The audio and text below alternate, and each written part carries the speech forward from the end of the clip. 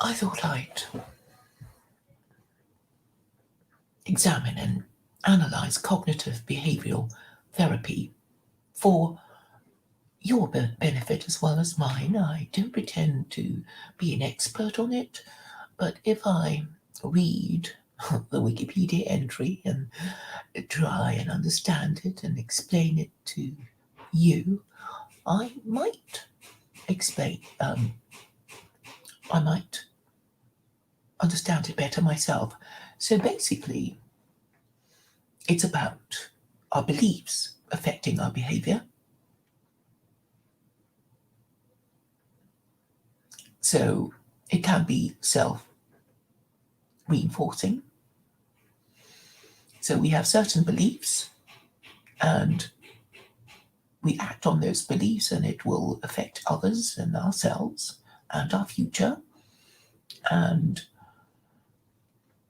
well, we will be talking about our feelings, our thoughts, and our behavior as a result of holding our particular beliefs. So it's really about how our beliefs affect others, ourselves, and our own future.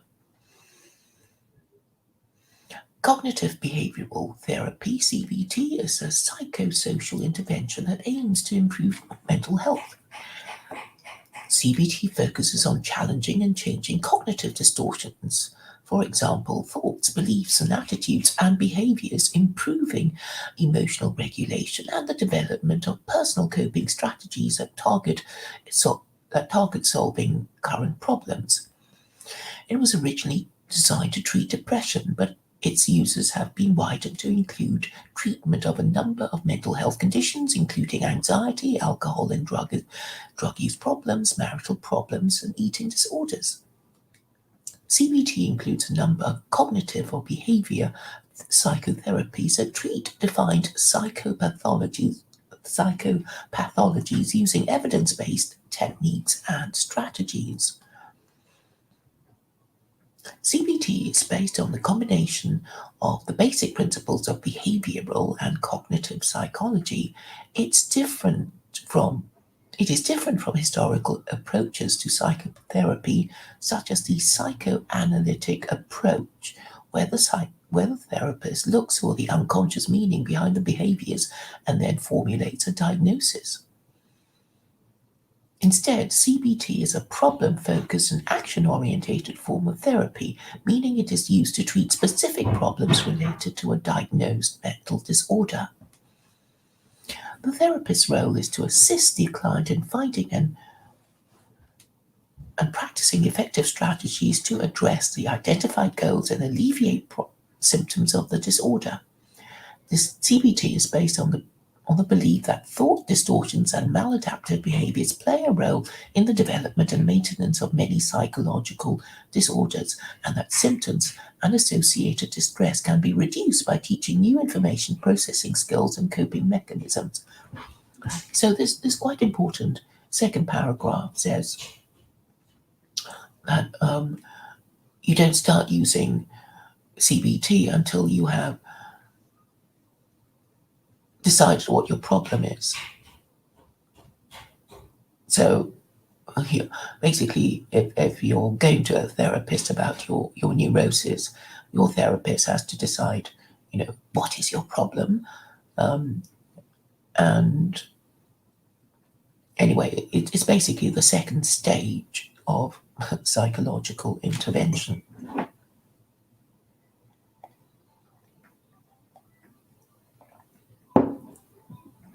When compared to psychoactive medications, review studies have found CBT alone to be as effective for treating less severe forms of depression, anxiety, post-traumatic stress disorder, tics, substance use disorders, eating disorders, and borderline personality disorder. Some research suggests that CBT is most effective when combined with medication for treating mental disorders such as major depressive disorder.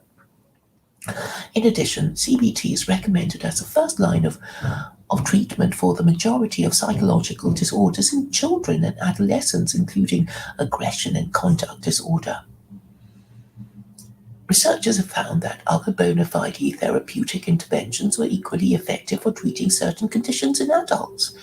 along with interpersonal psychotherapy, which is, I guess, the first port of call if you think you have a psychological problem. CBT is recommended in treatment guidelines as a psychosocial treatment of choice.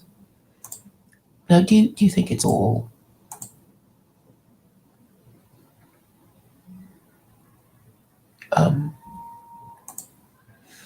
bunkum and bolt attached? Hello, Aaron Armstrong. Do I know you? I think you're new, aren't you? Let's continue. Philosophical roots. Precursors of certain fundamental aspects of CBT have been identified in various ancient philosophical traditions, particularly Stoicism. Stoic philosophers, particularly Epictetus, believed logic could be used to identify and discard false beliefs that lead to destructive emotions, which has influenced the way modern cognitive behavioral therapists identify cognitive distortions that contribute to depression and anxiety. For example, Aaron T. Beck's original treatment manual for depression states the philosophical origins of cognitive therapy can be traced back to the Stoic philosophers. Another example of Stoic influence on cognitive theories is Epictetus on Albert Ellis. Now, this opens a whole subject of Stoicism, which is off the top of my head. It's about putting up with crap in a declining empire. So it's basically putting up with crap. And we have to remind ourselves that the only reason why these people felt they had to put up with crap was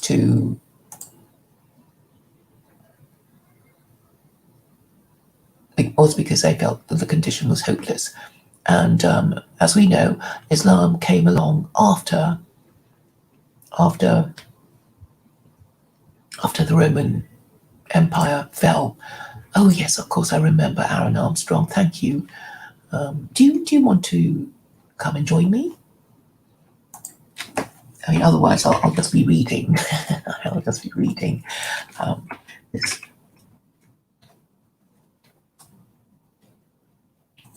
Some entry to myself. So let's have a quick look at Stoicism, which is a school of Hellenistic philosophy which is based on logic and about not allowing oneself to be controlled by desire for pleasure or the fear of pain, by using one's mind to understand the world and to do one's part in nature's plan, and by working together and treating others just fairly and justly. But obviously this without God couldn't work for the Romans, and when the Roman Empire fell, up popped Islam. So if you're being logical, you would have to accept that, well, if the Roman Empire crashed and burned, it was because Islam was not around to make it work.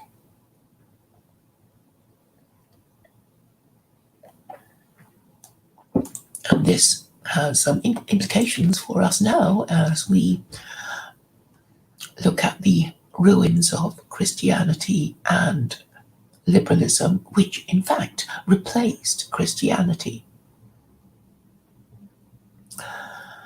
So let me continue on the CBT Wikipedia entry on the heading of behavioural therapy roots. Actually, I want to read it. It's got a lot of names. Well, it's basically saying the names of the people who dealt with, I guess, children being afraid of stuff. And I guess with children, you have to understand their fears to be able to deal with them. You can't just reason. Well, you can't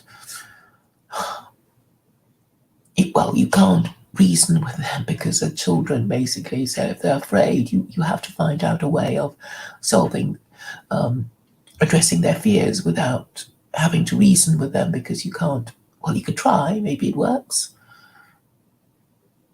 but sometimes you might have to be quite creative. So people think that the reason why people are unhappy is because they have the wrong beliefs, and if they have the wrong beliefs and they think, things that are supposed to cause pleasure cause them pain, or things that are supposed to cause them pain cause them pleasure. If they somehow get their wires crossed about what to do, because they're wrong about what certain behaviors might result in, then they're going to suffer. Because, obviously, if you think, if I do A, then I'm going to receive pleasure, genuinely believing that, and then you don't get pleasure, then you're obviously going to be upset.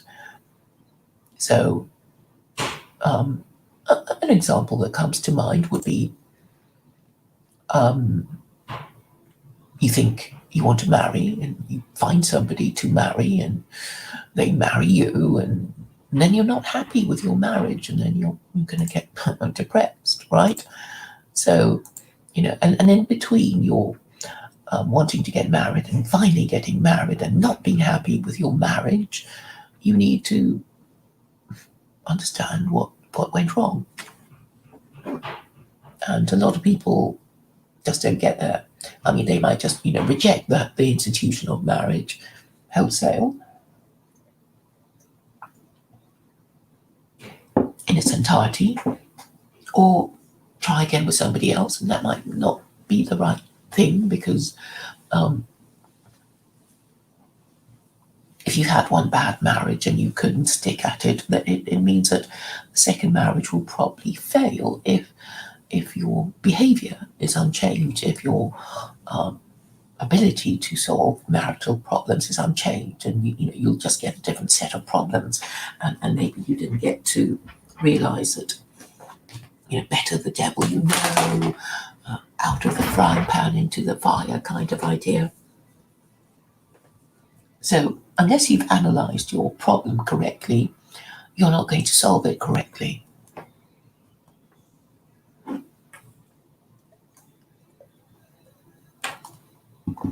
And so that's why the Greeks always say,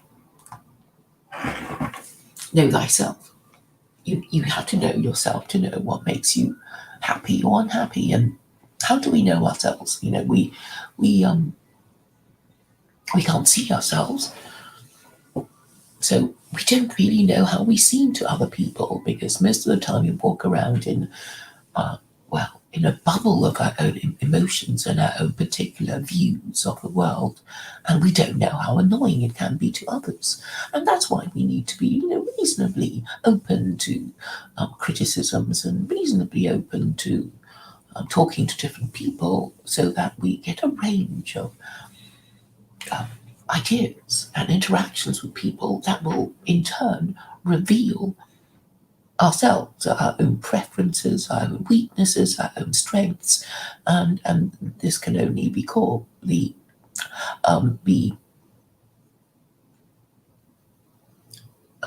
generated, I guess, by continuing to interact with people and making new friends, and learning whether they are good people or not, and basically being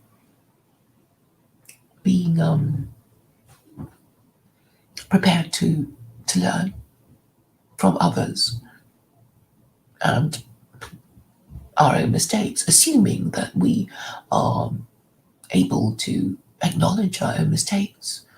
And that there may be problems in doing this too, because obviously admitting mistakes is difficult for us, because it means a dent to our pride.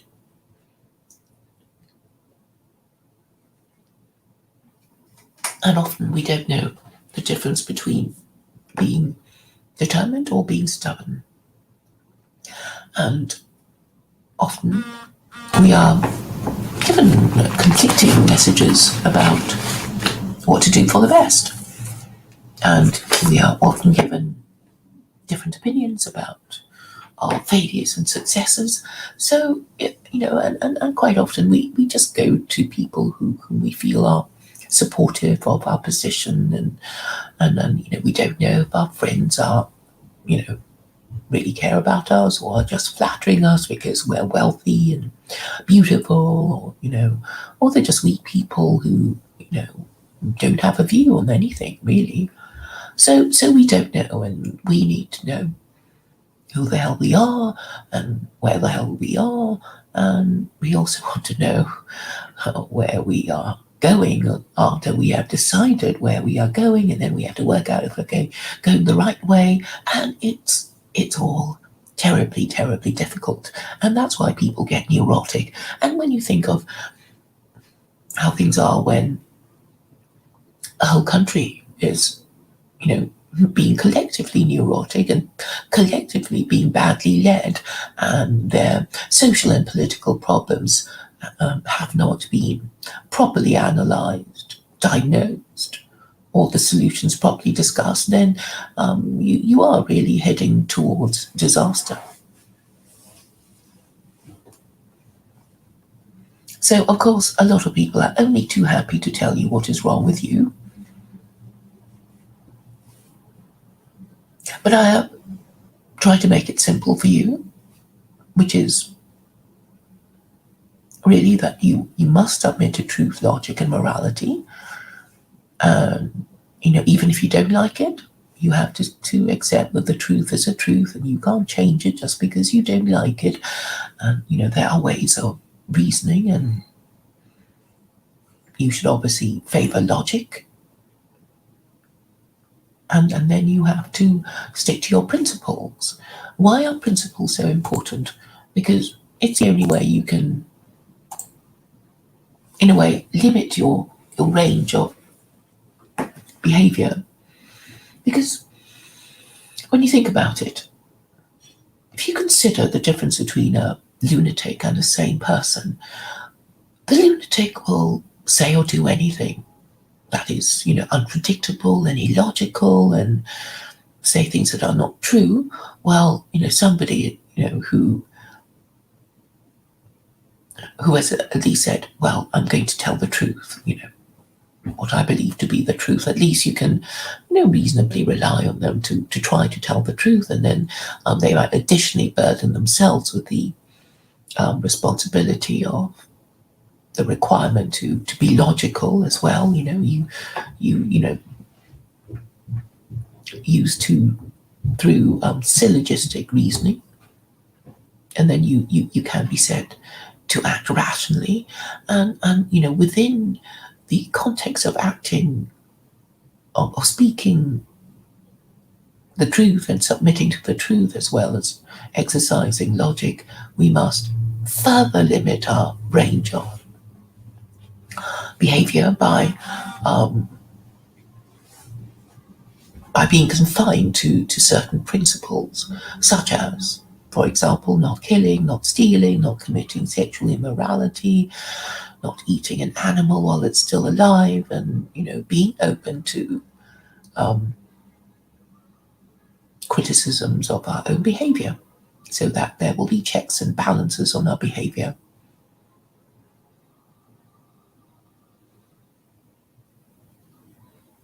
So you're going to be asking me very soon, what has this got to do with secular Quranism?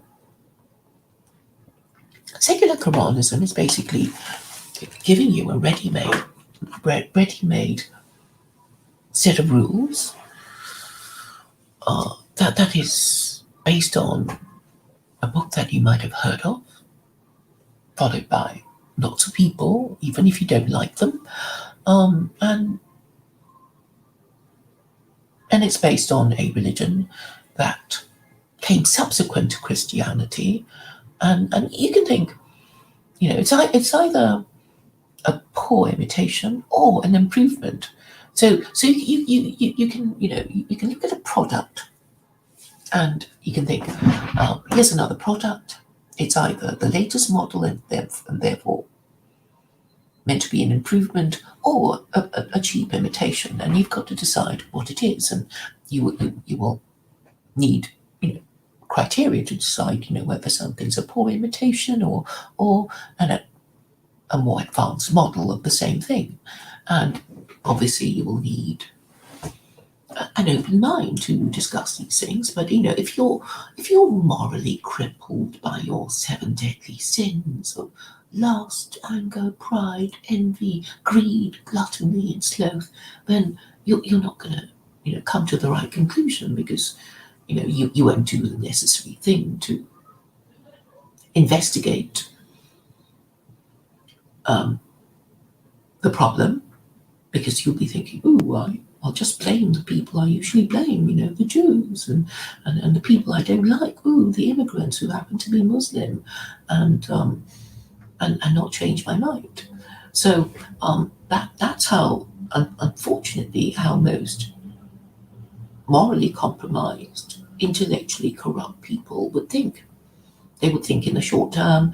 If their roof leaks, they won't call in the roofers. They'll just look for somebody in the house to blame. Like, you made the roof leak. It wasn't the weather. I never liked you anyway, so I'm just going to blame the roof leaking on the fact that I have to share this home with you. So, you can look at all these sort of corrupt people who are basically subscribing to no moral system, because if you subscribe to no moral system, then you're not bound by any rules at all. You just do whatever you can get away with, say whatever you can get away with, and that would be your modus operandi. But really, your scope of action needs to be narrowed to within the bounds of godly propriety.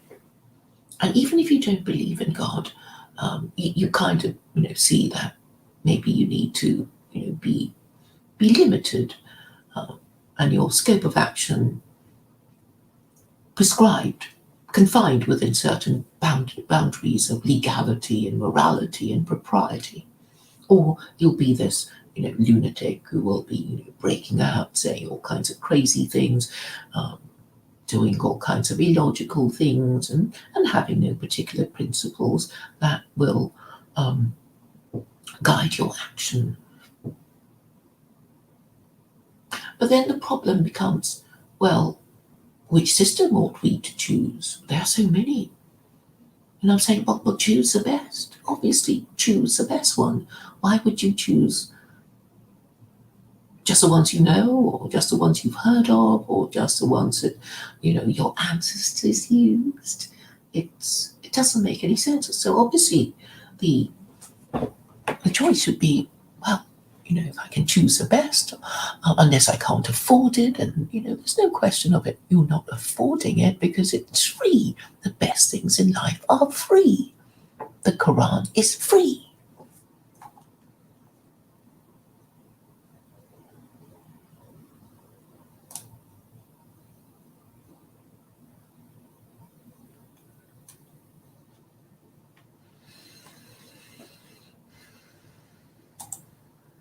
Thank you for your friendly comments, Abdullah Al Jalal.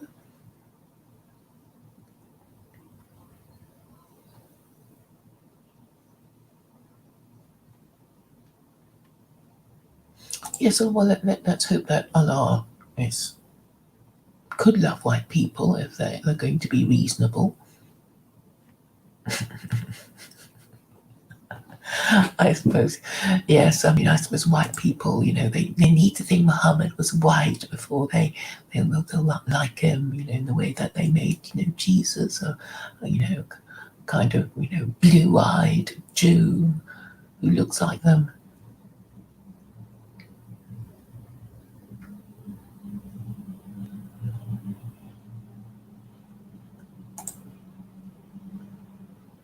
Well, I'm not really the first female prophet. I think there's Deborah is one. I think Esther is also one. But anyway, it's nice of you to say that. I hope I'm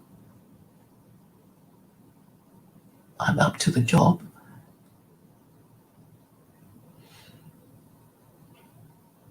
I don't have to be holy. I've never claimed to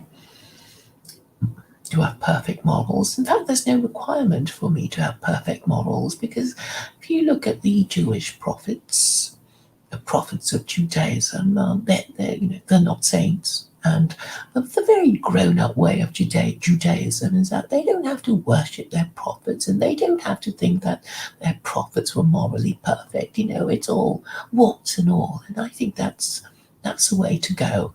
To be realistic about human nature, the role of the prophet is really to advocate for a particular way of doing things. And I think as long as they're clear in their message, I think that's the best that can be hoped for. Obviously, the people who say, "Oh, they've got to be morally perfect," are the people who are just looking for excuses to reject my message.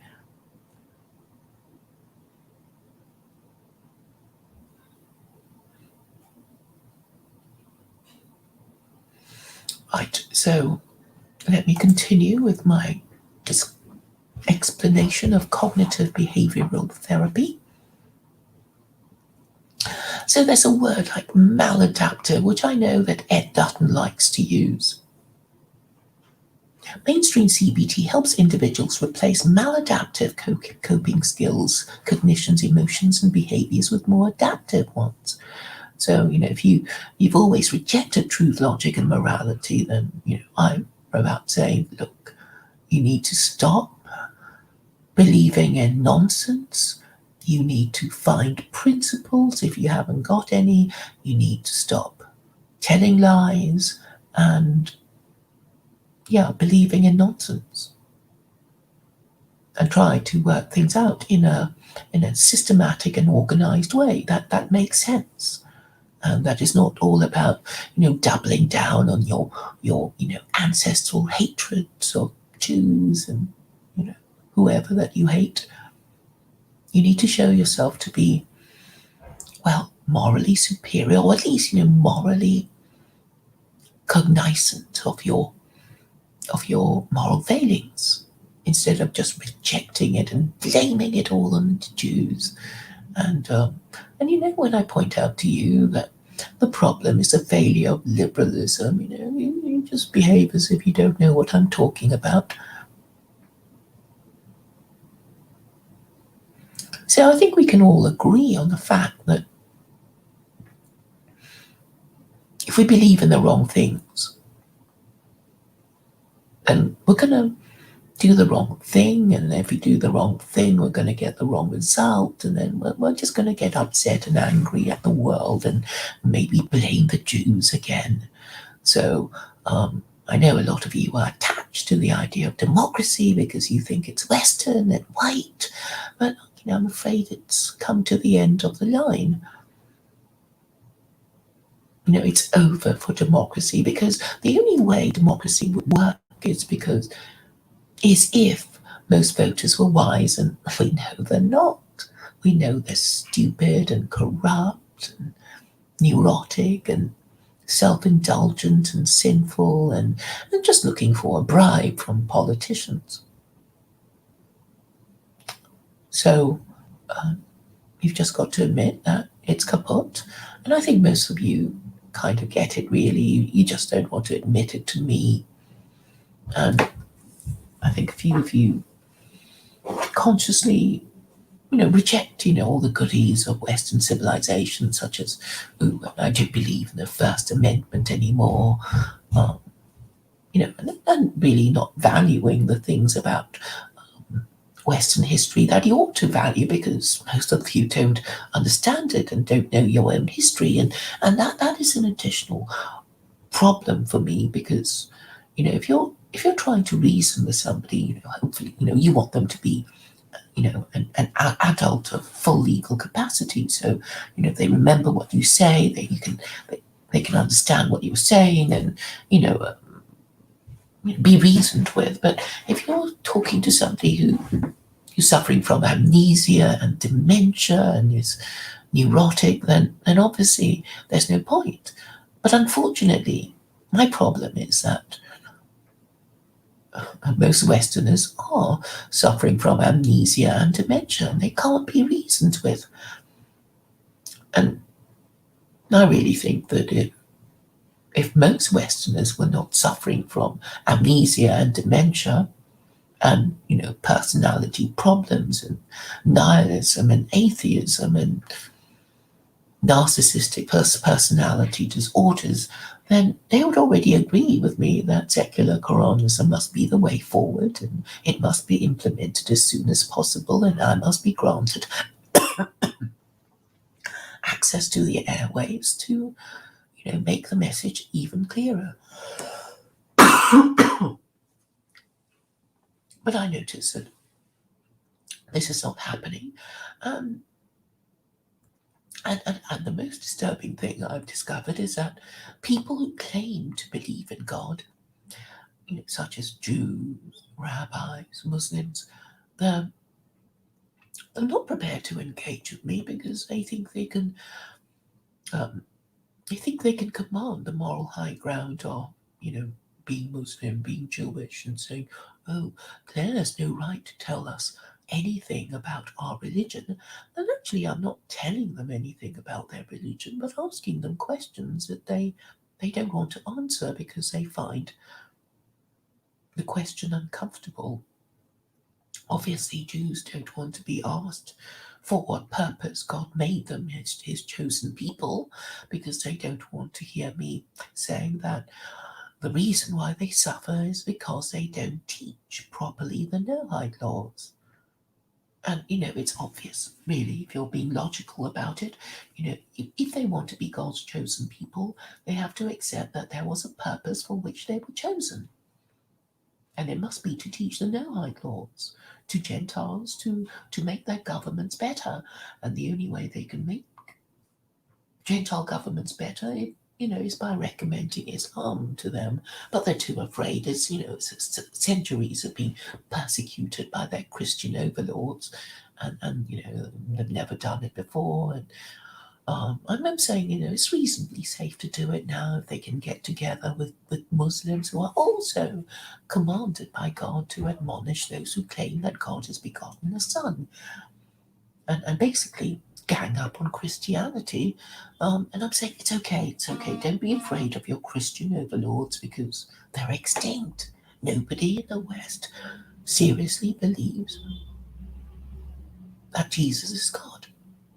And if they claim to believe in it, they won't be able to explain how Jesus is God and on what authority they claim Jesus to be God. They just won't be able to explain it.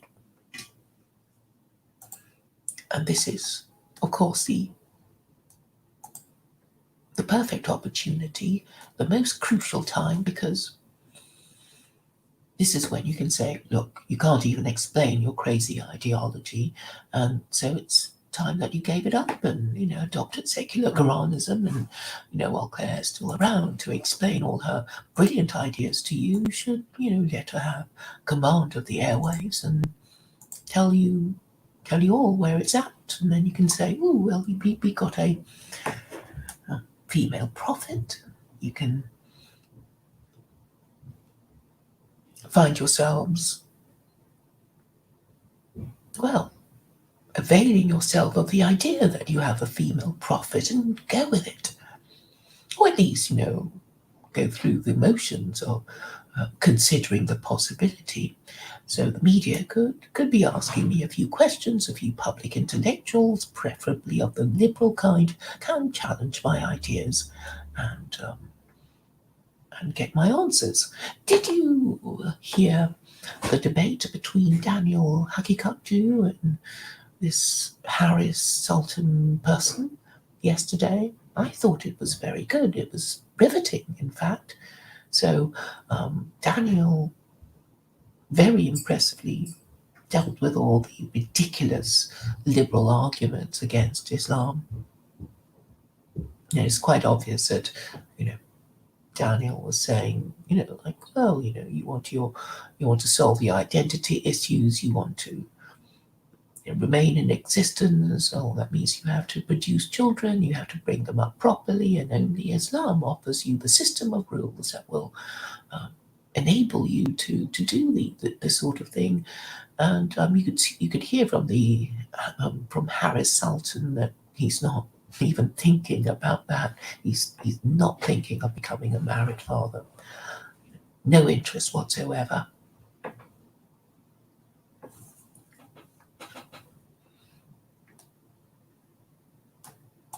Dr. Menkley, I'm going to highlight your question. It's a reasonable question, I suppose. How can I lecture you on religion?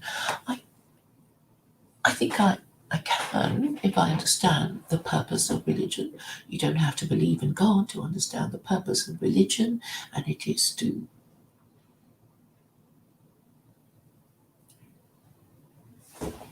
be the moral system with the purpose of keeping your group in existence and apart from others. Now, Dr. Mengele, you're always complaining about the Jews.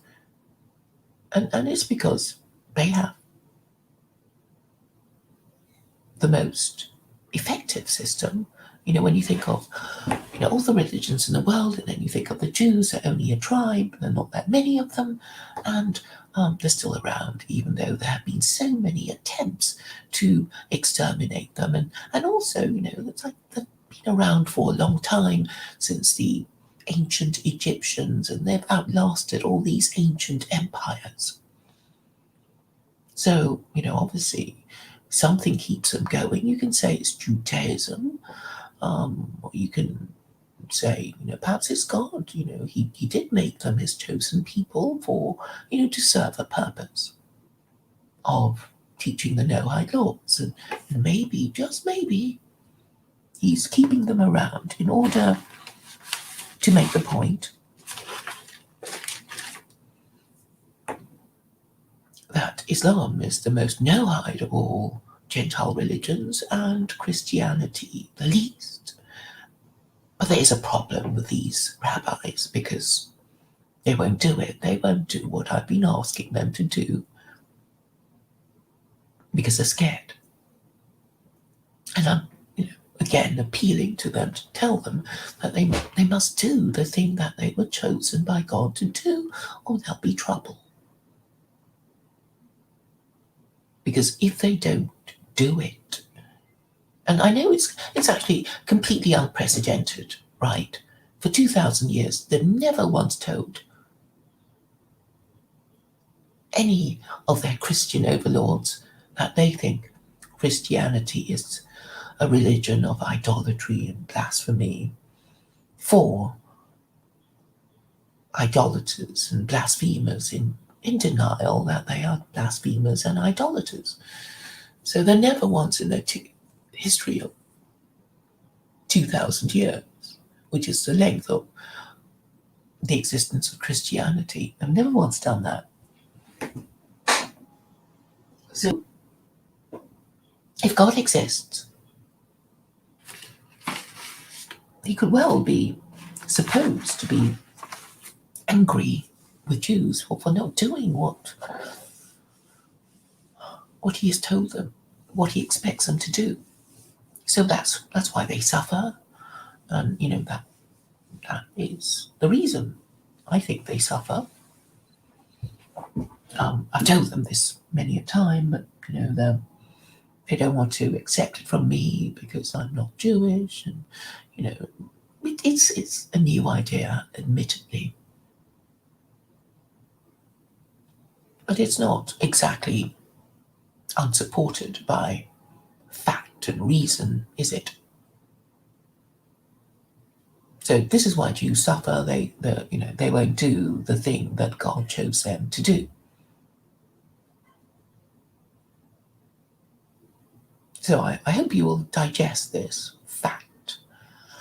And also, whether Gentiles consciously know this or not, they take it out on Jews when they suffer from the oppression of their oppressive governments. And it seems to be a law of human nature.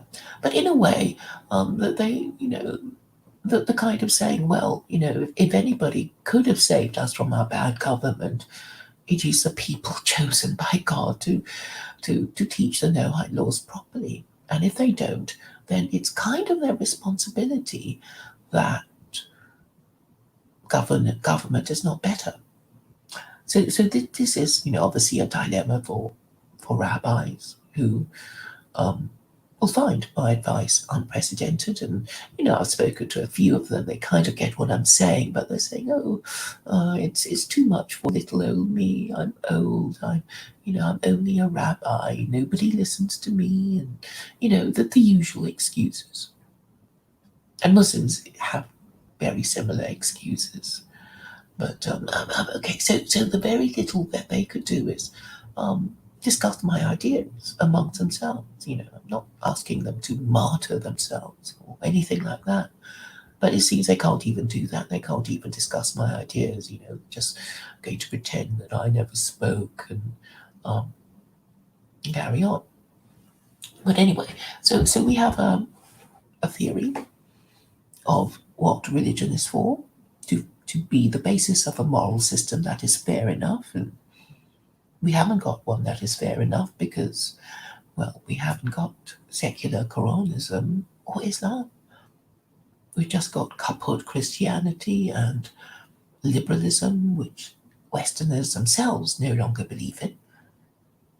So they need a new integrated moral and legal political system, but they kind of can't bring themselves just yet to accept the reality of their predicament.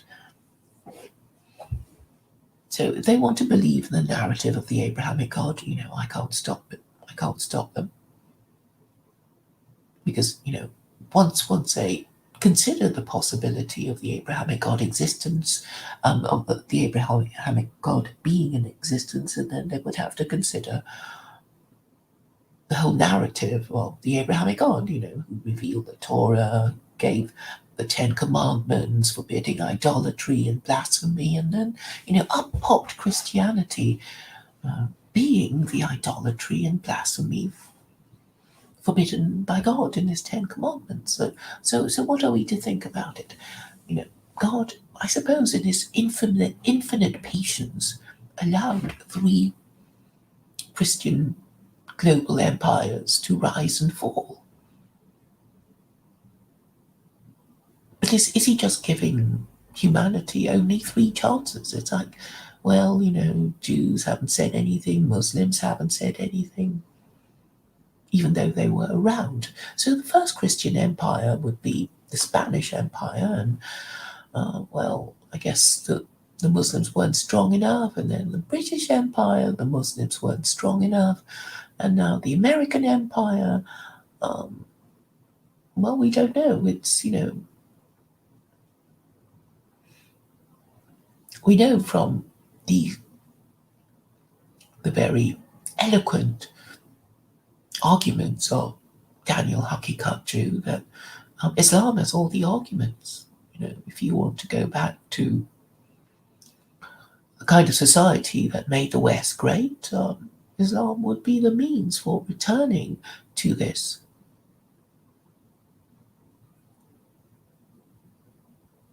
But there's this sort of wobble in the Western mind when they can't even bear to acknowledge such an idea, let alone discuss it honestly and rationally with each other.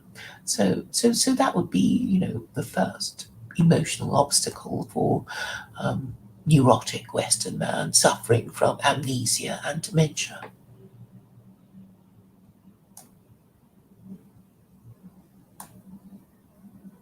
So Dr. Mengele talks about Christian overlords. Well, I'm also saying that Christian overlords are in fact extinct. So you have liberal overlords, and liberalism is more in operation in the West than any kind of ideology.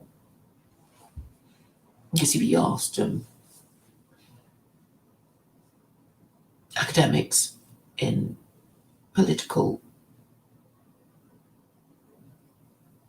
in politics departments of Western universities, they would say that liberalism is the operating ideology, because really American imperialism runs on neoconservatism and neoliberalism. So we know that conservatism is really a branch of liberalism, and you need to completely throw out both ideas to show that you want to draw a line under the failures of the past. Now, the question of Alison is simply this, that she's considered to have blasphemed against the post-war narrative that Britain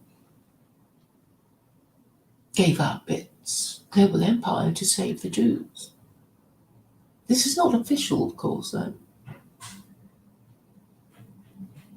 But it's become sacred now that, Hitler was so terrible to the Jews, and that Britain, in its self-sacrificing zeal to protect the world from the evil of Germany under Hitler, sacrificed its empire, to make it seem worthwhile to the British, who think, well, what happened before the World War II? We had a global empire, didn't we? And then that's why it's never been taught. It's never been taught properly in post-war Britain, because it was, just something embarrassing. Because after the Second World War, Britain lost India, Britain, just losing colonies all over the place, and they didn't really, there was no glory in empire anymore. And this explains why so many British people have no idea of where the British Empire was, because the British government didn't want the typical Briton to know how much the British government had lost through 2 ruinous world wars. Because if they did, they'd think, how come we lost it? What was the First World War about? What was the Second World War about? What did we gain? So that was presumably why foreigners would know more about the British Empire than the British did themselves. Because really, what the British government wanted to do post-war was to erase any memory of the empire that they lost. They didn't want to think about it anymore. But if you want to think about the greatest achievement of Britain, it would be their global empire, right? That's the then you can say, oh yes, and the spread of the English language, which couldn't have been spread without it being a global empire, and the Anglicanism couldn't have been spread without the British Empire either. So one runs on the other.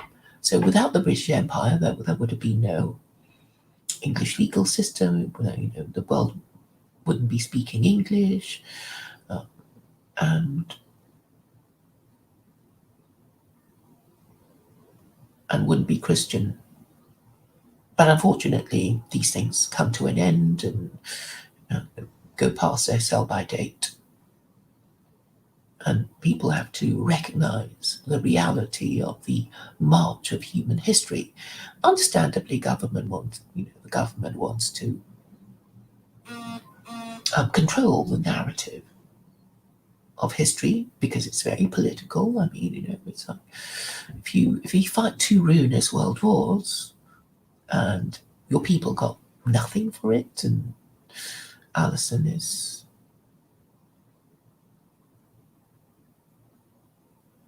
in jail because she lost the right to do something that there is no law against her doing, then obviously something's not quite right. I'm sure her grandfather, who died in the war, would not have been dying for this. the state of affairs. But then, if most people are not informed about their own history, it's very hard to reason with them. And also, if there's no sort of final authority about who is right and whose version of history is correct, and people conspire not to talk about it with you in order to stop you from making your point, then, obviously it's going to be a problem. And if only, and the fact that I'm confined to bumping along at the bottom with people with no connections, not much education, and dubious mental health, then the message is not going to spread. So I just want to mention this to let you know that I am aware of the problems. But I see that Dr. Mengele, keeps wanting to blame the Jews. I'm saying that the British government is more invested in preventing people like Alison from complaining than the Jews themselves, because actually Jews in Israel are not allowed to deny their own Holocaust, which is crazy.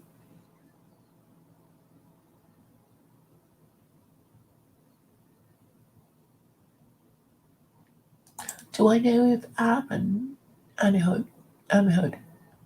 Yeah, he had a stroke before the clot shot. Do you mean the vaccination? I don't know if he's been vaccinated because he he blocked me on Hangouts. People do. Oh yeah, and yesterday Dennis Dale hid me from his chat.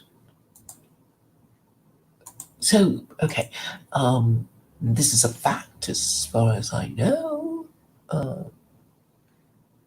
He may have reversed his decision, but it may be permanent. I don't know, but I thought I'd let you know because I think it's significant when people do these things. So let me find Aaron Ammerhood and see if I can still post a message to him.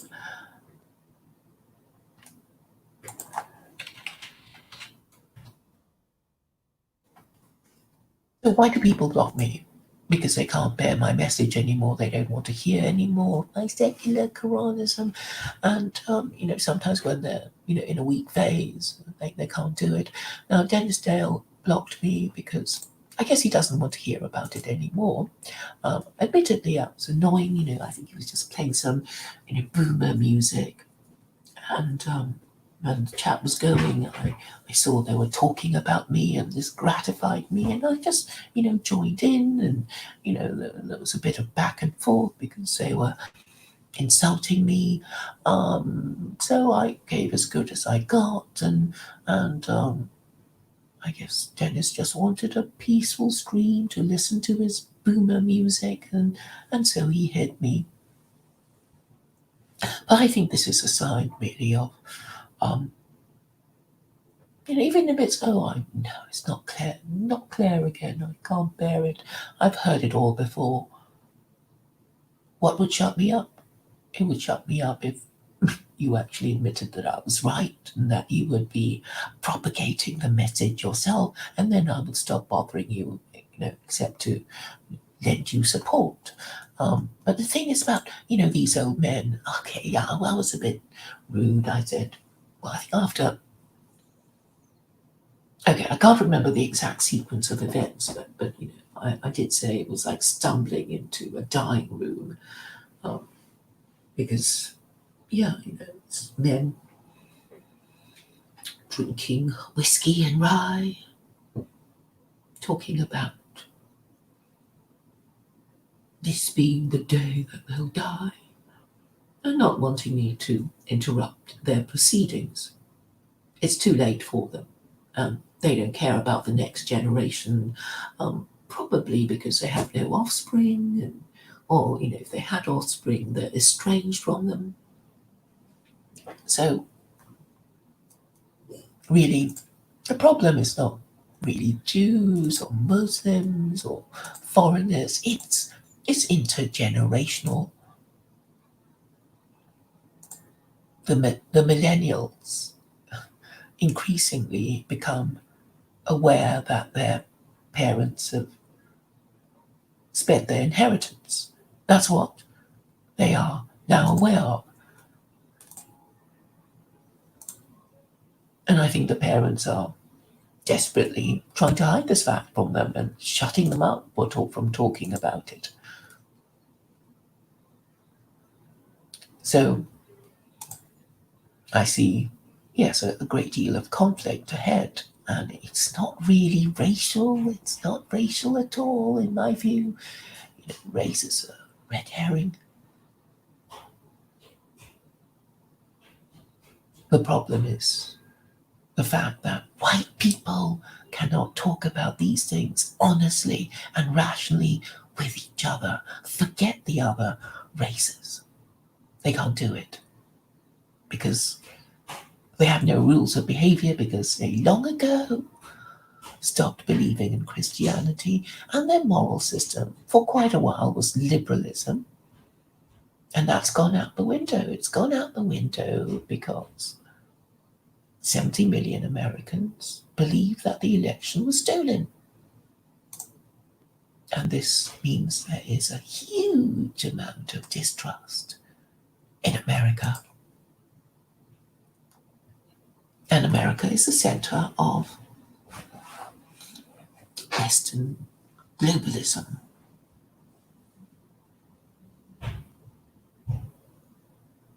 And this is really the problem, that Westerners can't agree on a set of rules with which to behave towards each other because it's fluid. Every now and then, the rules change again. What we could say yesterday, we can no longer say today. And nobody knows who's changing the rules because the system is opaque. And most people have given up. And most people do not have an investment, a biological investment in the next generation, so they think to themselves, oh well, whatever we have left of Western civilization is enough to last me my lifetime. I just hope that things don't get too bad while I'm still alive. But I don't really care about the future because I don't have children.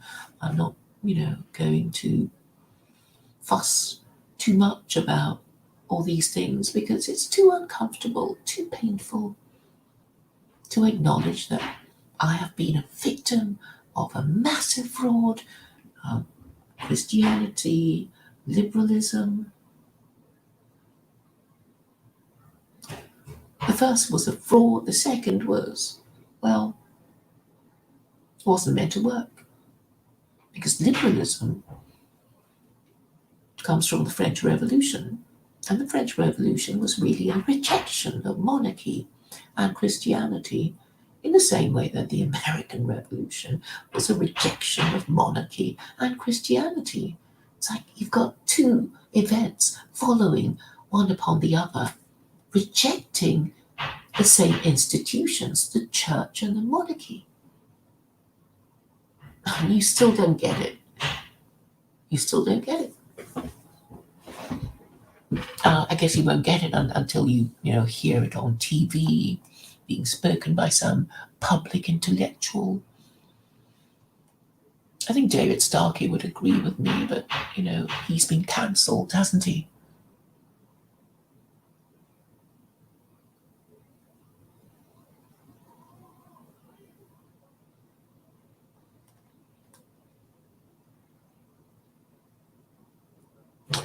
Yes, Stephen James. I think I think we can review. It will be quite interesting.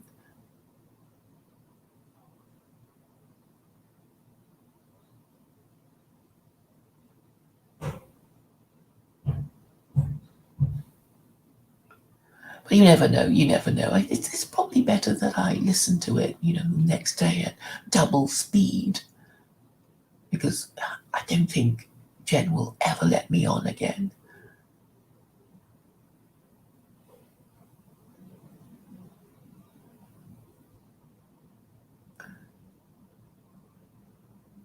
Well, who wants to come on? Who wants to come on?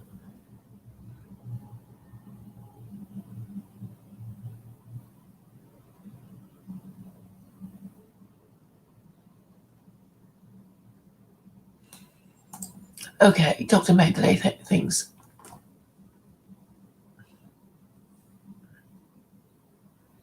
It was to appease the Jews. I mean, I know the woman who complained about her was not even halakhically Jewish. And I know an Orthodox Jew offered to um, speak on her behalf, but the offer was not accepted. I don't know the reason. So I'm afraid I'm not aware of the details of the litigation.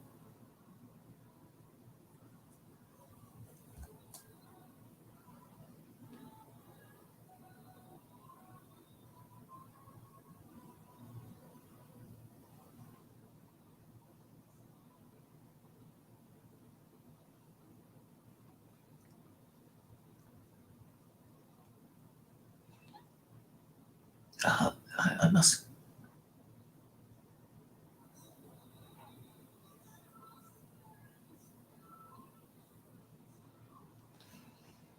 Stephen Jones said that there was a fake Claire in.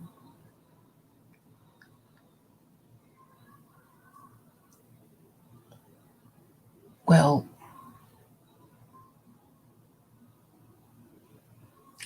I don't think I. Okay. I mean, I've told you the reasons why. He was just basically playing music. So I guess he just wanted to, read supportive comments about his taste in music, and there were requests and the occasional stoppages when YouTube detected his copyright infringements.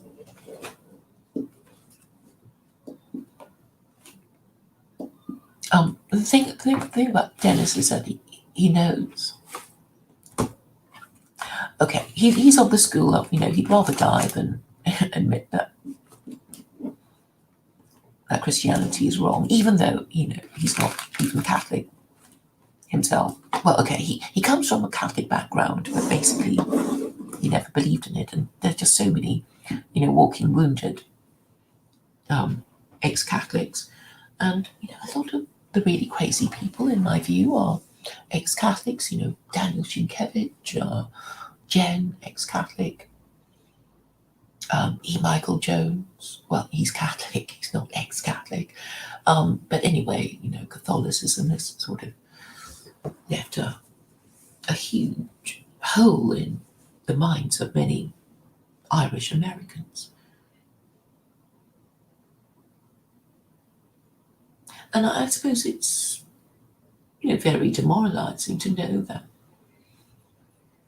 your race, your ancestors have been a victim of a massive fraud. 2,000 years of it. Just imagine. So if you think of it's in a way it's like a kind of child abuse when you think about it. So it's like if it happened to you, it's a horrible thing to to acknowledge, and maybe you don't want to acknowledge it. Um, and of course, how Christianity worked was through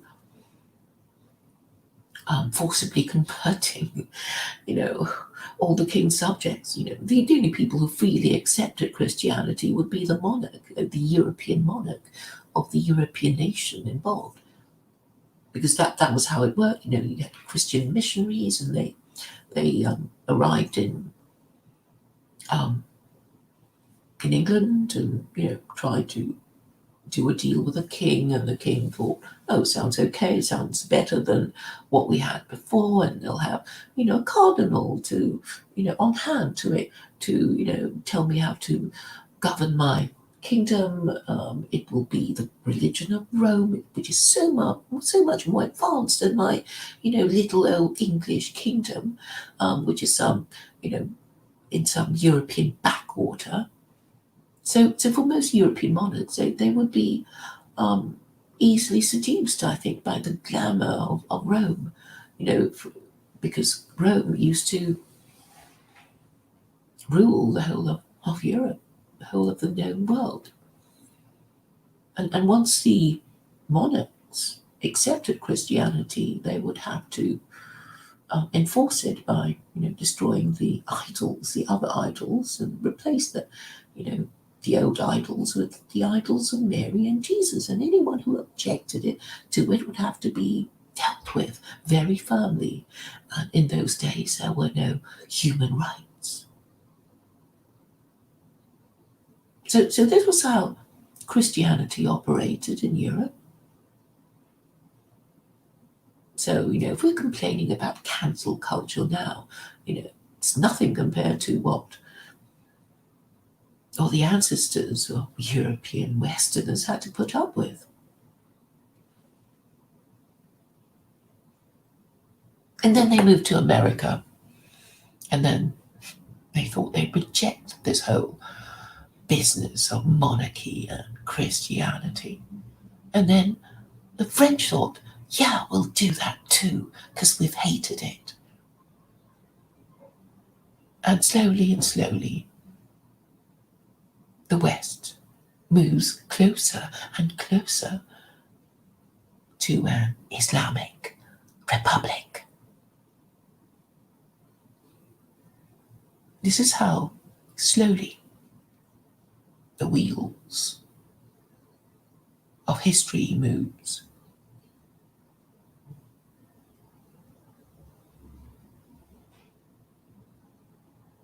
And now you may fight and kick against the tide of history, but I don't think you can ultimately ignore it. Because the clues are everywhere in American history, the White House Quran, the Jefferson Bible. What's the Jefferson Bible about? Why did Jefferson cut out all the other bits of the Bible? Because he wanted to make a point. Because if you're going to do what he did to the Jefferson Bible, you do it to the Quran on the same principles. So the Jefferson Bible was basically all the miracles taken out, and left in it were the teachings of Jesus. So it's pretty poor fare, and certainly not what you base your theocracy on. But if you did the same thing to the Quran, you'd still have lots of laws after you take out all the stories. And so that's what Jefferson is telling Americans now from beyond the grave.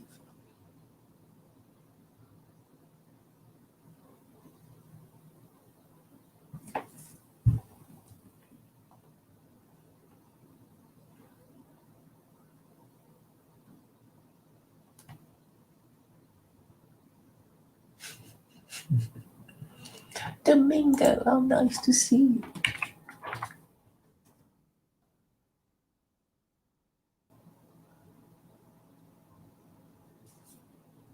Domingo and Ralph, you gonna join me?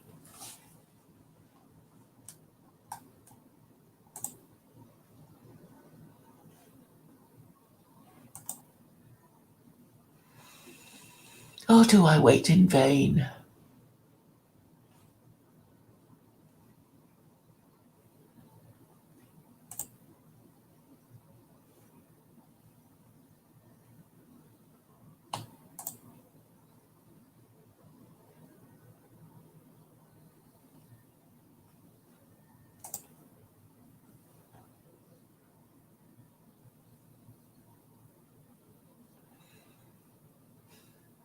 Okay, I'll just witter on a bit more about cognitive behavioral therapy and how God is. Belief in God would be the best form of cognitive behavioral therapy, because if you really believed that He's going to reward good and punish evil, then you just follow His laws, right?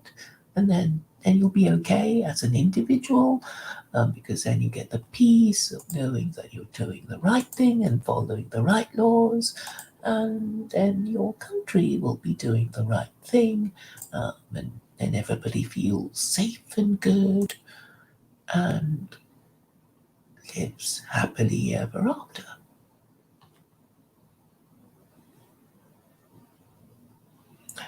Um, Self-hating Jew says, well, I certainly don't deny that China practices usury, but I'm saying China should adopt secular Quranism with Chinese characteristics in the same way that America should adopt secular Quranism with American characteristics, etc., etc.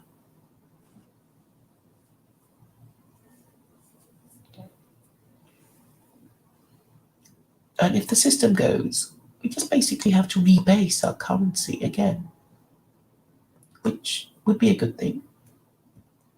We would have to base our national wealth on, well, national resources and the capacity of um, the potential of the people.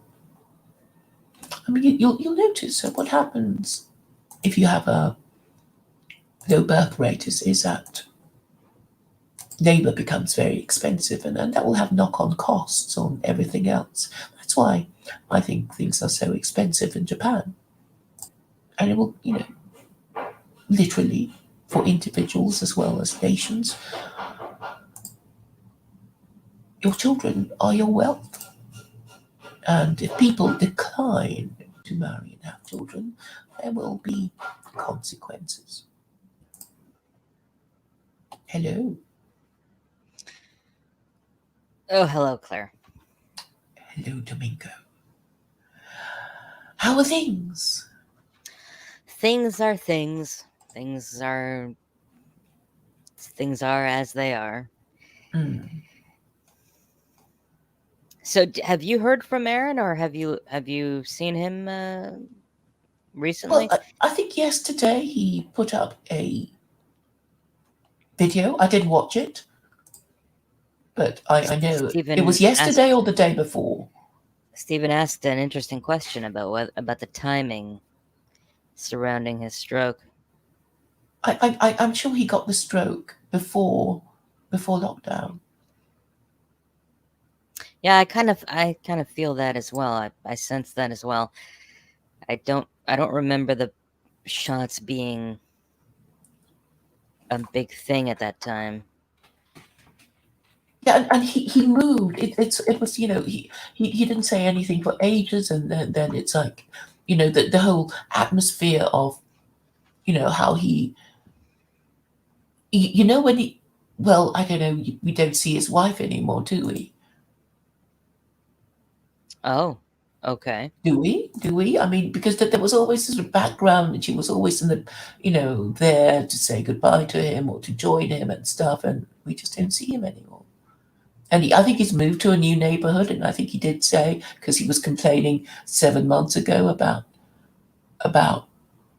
I don't know, his loo in his new place not being properly fitted or something.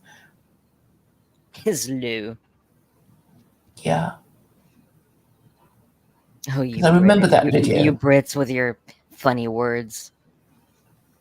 I can't say bathroom because it's not a bathroom. It's just a. It's a water closet.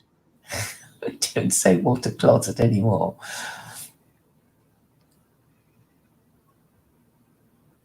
But yeah, okay. The most recent video, it says Amahud sucks at chess, but I'm sure there was one yesterday or the day before. So I don't know. Maybe I misremember. So what's all this about this China meltdown? I haven't. I have to admit, I haven't been.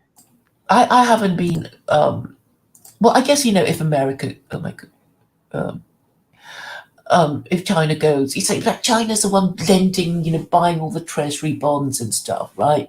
If you're completely overborrowed, I mean, you are in such trouble because, if you say you've lost your job, you can still borrow, but if you're borrowed up to the hilt, then somebody can just say, well, I'm not going to lend you anymore, and then you will, literally be completely potless. Oh, I think Ralph's Yeah, trying and to then get you'll on. have to sell Are yourself you not? into Are you not slavery in letting him order on? to have food in your belly and a roof over your head.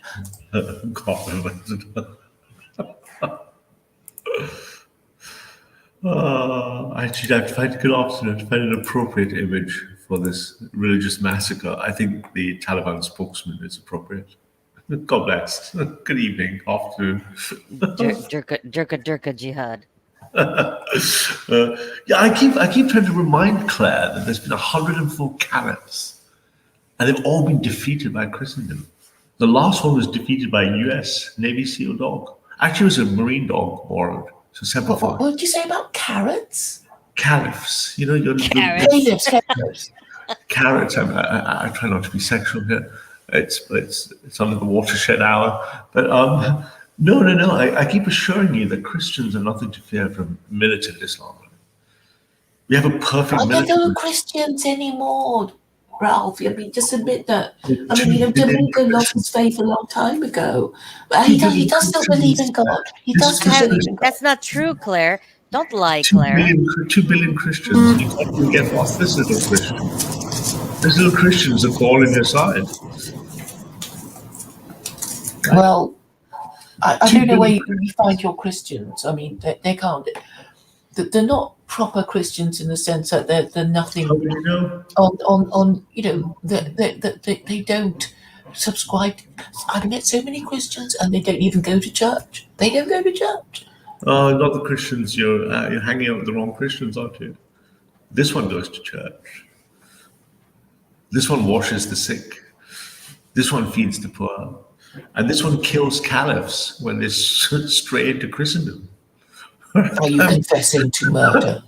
Yeah, I mean, we're caliph killers. He waterboards Muslims at I Speaker's am on Corner. record as Speaker's Corner.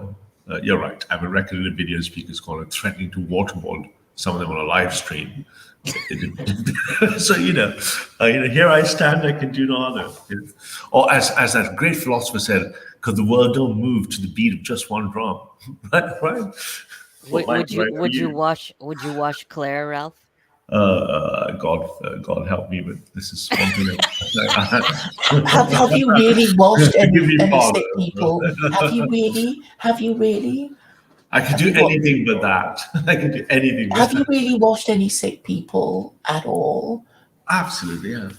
Really? When was Yeah, the last actually, time you when watched I, a when sick I first person? landed in Berkeley, I actually spent a summer washing and shaving this poor, really great guy who was a great writer, and he broke his neck and his spinal kind of cord, so he's in a wheelchair for the rest of his life at quite a young age, at 24 or 5. And yeah, I'd washed him and shaved him, absolutely. It's Christian duties, you see. We hold the real morality, Claire. We don't make this stuff up. We actually hold the real moral position. We don't kind of make it up like secular Clarism stuff. We're commanded to wash and clear. Yeah, I've done so in Africa. I've done so in Asia. Yeah, have you ever washed the sick and the poor, Claire? From your moral No, I don't want to maintain that I don't do No. these things, but I think I sacrifice a great deal of my time and energy to Energy is not the same put a as simple washing. message that I know is being rejected because people are just not minded to submit to truth, logic, and morality. That's also something I be thinking, have you got down on your hands and knees and washed and cleaned little babies and old people? And if the answer is no, then you're not in a position to speak to the moral. No. I mean, theoretically, I see this as a virtuous thing to do.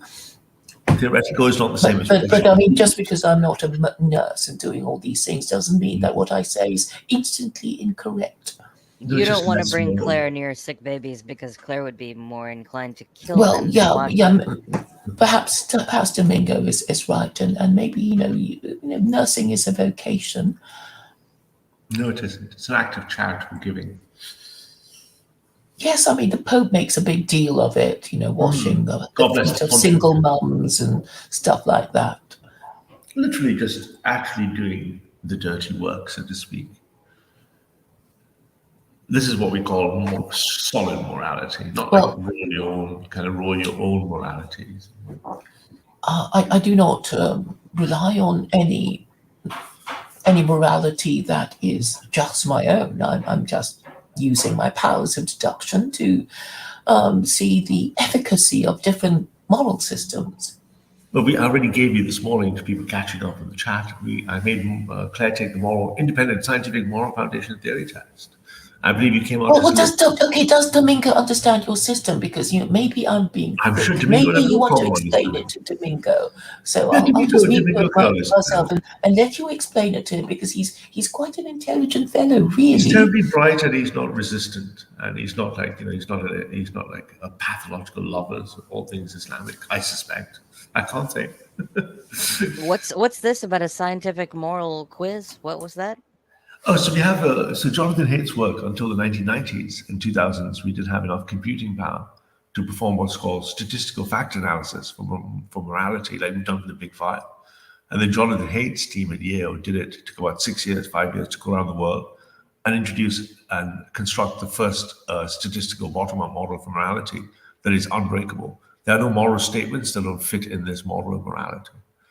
It's fit the Bible, it can fit the Quran. It's tested Hillary Clinton, Bernie Sanders, nations, groups, tribes.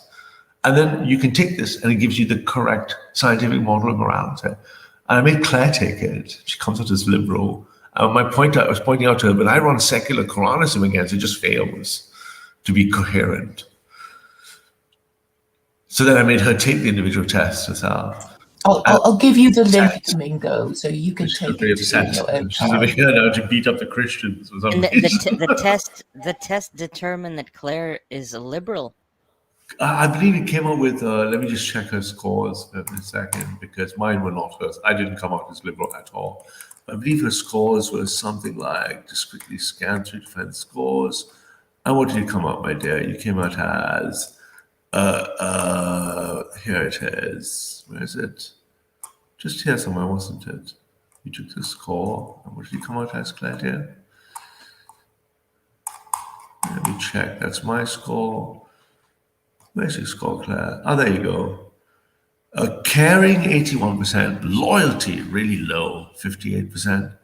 Fairness, 75. Liberty, 92. So her strongest moral foundation is freedom and liberty. She's a liberal. As I've always said. She's a treacherous, chaotic woman. Yeah, she's a treacherous, a seditious liberal.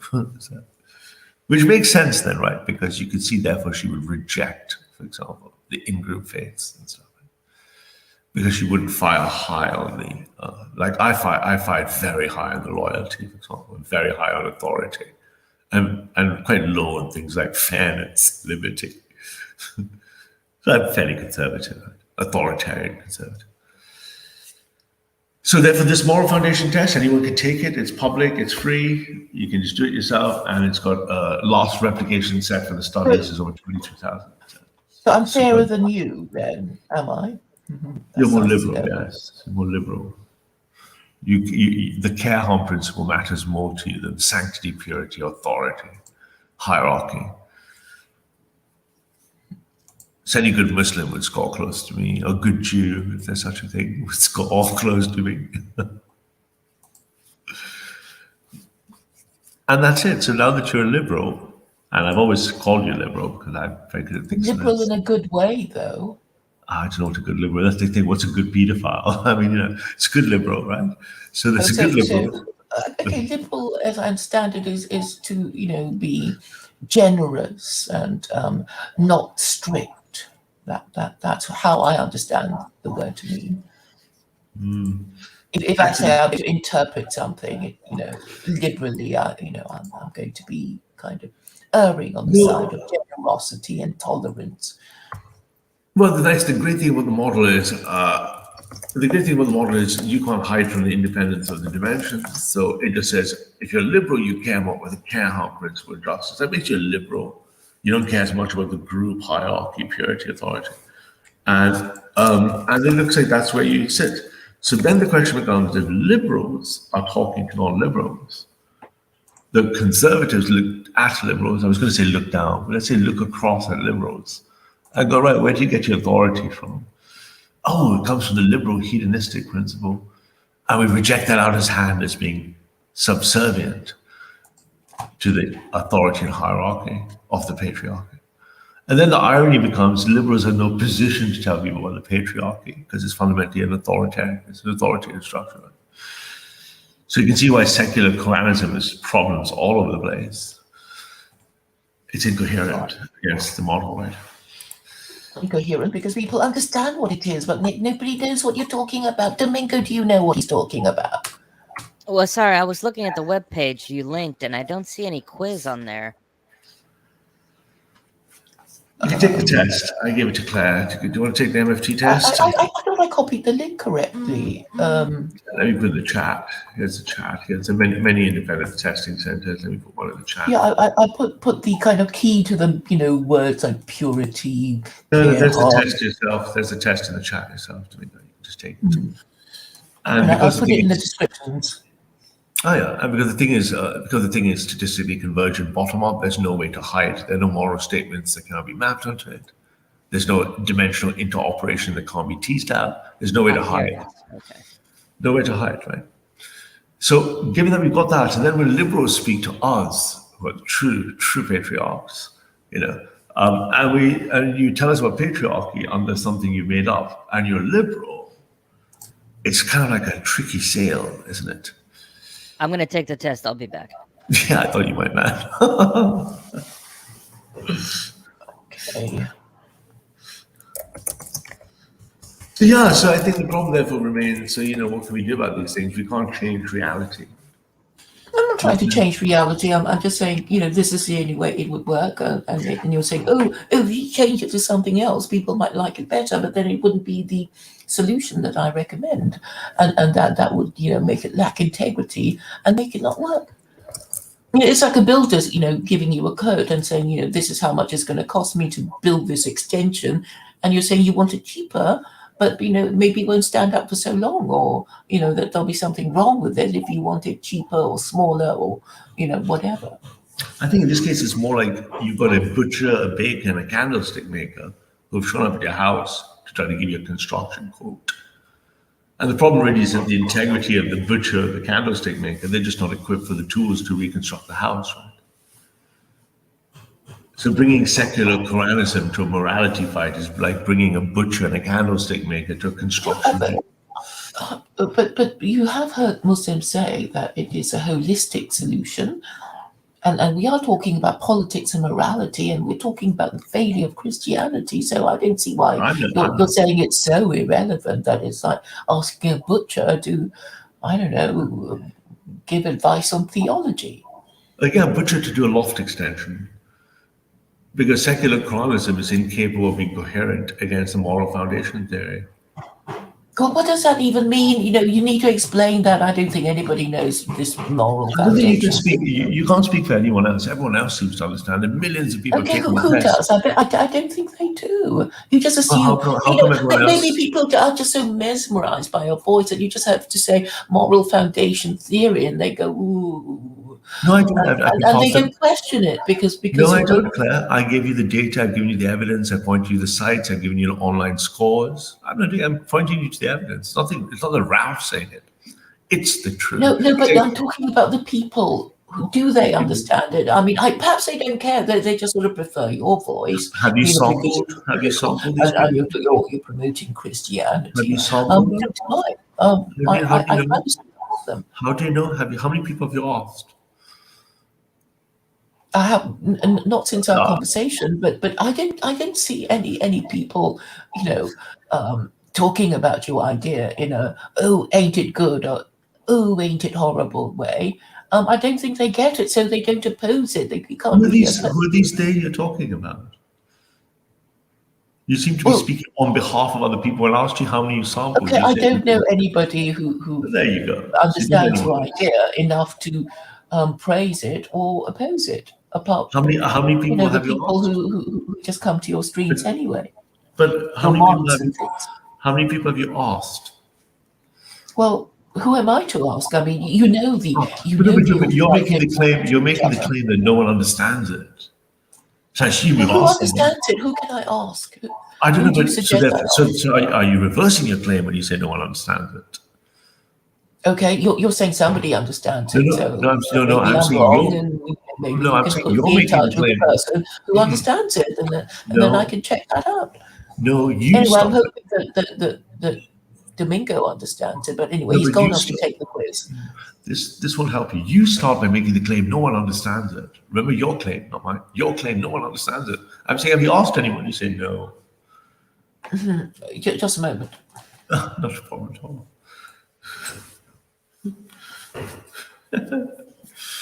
Oh, it's a good afternoon for the Spanish Inquisition. Just thought I'd settle it off to lunch. I understand Claire's a bit upset because secular Clarism doesn't stand up to moral foundations, but the result when Claire's upset is she usually goes and attacks Christians and white people. And I get a little peeved when people upset my white friends. That's what all my Christian friends. Can't be having that. So yeah, so the great news is Claire did take the moral foundation test, right? So that really tells you what you need to know, isn't it?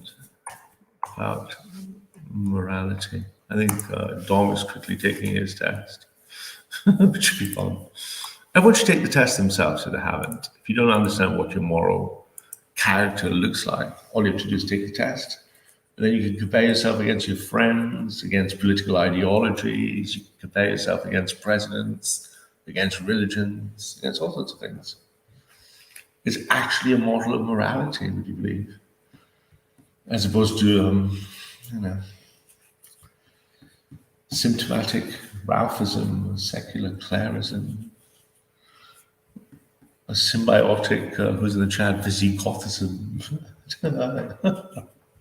Sorry, being silly. I think it was the long stream last night. It was quite a heavy stream. God bless Walt Sarama. Life, liberty, and the pursuit of heroin is the United States Constitution. So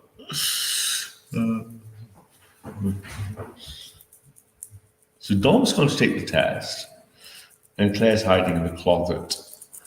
Here I am back again. Here I am, I can do no other, said Martin. Yeah, it's the 36th question, so he may be gone a while. 36 questions. But it doesn't prove anything. It's just saying, there's all kinds of political, ideology tests, right? What does it prove? What does it prove? Except that you subscribe to Jonathan Haidt. No, it's nothing to do with Jonathan Haidt. It's nothing to do with political ideology. It's a bottom-up model of morality that can't be broken. So it allows me to compare one person's morals against another, one person against ideology, one person against a culture, two different people against someone else. It gives me the objective yardstick. Remember when Tom Trump was disassembling you? It gives you the objective yardstick to be able to compare moral ideas. And when we put those moral ideas to the test, I use it to destroy liberals in arguments, in debates. When I put that it's already destroyed by Daniel Hockey Cupju. When I put the secular Quran into that model, it's lacking. But what is it lacking? I mean, all you're saying is women don't like it. What I'm saying is it's incoherent. Liberals don't like it. Atheists don't like it. It's like, well, like I never knew. Yeah, nobody likes it because it's not coherent. No, they don't like it because they know that it's the antithesis of what they're being brought up and taught to think. No, that's what you're telling yourself. That's what the model tells you. The beauty of the model is the model it's like obviously these people who've just been steeped in all their liberalism are not going to suddenly want something that That's, is radically different to what they've known before. People are conservative with a small c. that's just analytical, sort of like gobbledygook. The data, the model points to the problems of it, with no emotions and no feelings. In an emotionless fashion, the model tells you that your thingy majiggy is wrong. Now, the real moral question is, do you have the minerals to accept that it's wrong and then to move on? That's the thing that's fascinating. Well, I need to see that it is theoretically Yes, it's not like unviable. No, because obviously, I have already accepted that if nobody can be moved by truth, logic, and morality, then secular Quranism must necessarily fail, because because it violates the truth problem. I don't know what that means, but I'm saying, if you want me to lie to people in order to get things done, I'm not going to do that. No, And that no, will, just have to be the end of the matter. no. I'm not going to, That's not, lie to you. you're arguing against yourself. It's found to be false because it fails against the model. Yeah, but nobody knows what you mean by the model. It doesn't matter. You're just Let me saying, give you an example. these Claire, are all when these you sort get of in an major aeroplane, groups, Claire, and their approval Claire, is when you get in an necessary. aeroplane, and do you understand Bernoulli's equation? No, you don't. But you still don't care about flying in the aeroplane, right? It still works. The model still works despite the fact that you may or may not understand it. What do you mean? I mean, I don't have to know how to fly a plane to get into a plane and travel from A to B. You didn't have to understand the mechanics and the maths of the model to take the test to be told you're liberal. The difference is I understand the mechanics and models. And I'm telling you, your model is wrong. Now, you might not understand it. It doesn't matter if you understand it. It doesn't matter if Tim in the chat doesn't understand it or Dom. The model is still correct. The plane still flies. You don't have to understand Bernoulli's equation. Yeah, okay. I don't need to be an electrician to turn on the light switch in my home. Correct. That's another analogy, isn't it? But you can't, therefore, as not being an electrician, you're going to be in no position to instruct people on wiring techniques. I don't You to tell people about electrics, but I've explained to them why Christianity doesn't work, and I've got two separate explanations. It doesn't work because nobody believes in it, and if God exists, He wouldn't approve of it. That is what I'm basically saying. And the only way Christianity worked was when governments remembered to support marriage and family values, and since they haven't for the past 50 years, that's why it's all failed. That's just your analytics and your mind telling yourself that it has some truth values. The only thing that is objective is your model fails. Your model fails. You're just using big words and you hope that it impresses people, but you don't really explain anything. I'm trying to, but you seem very difficult to teach. I genuinely want to know, but it just seems to me that you're just saying it doesn't work because nobody likes it. I didn't know about it before. No, Claire, that's what you're saying. You say that to hide from your fear. No, I've already accepted. You say that, nobody likes it because they're Islamophobic. Then you run away to liberalism, Christianity. What you won't stand still because you don't have the moral courage is to stand still and look at why it fails in of itself.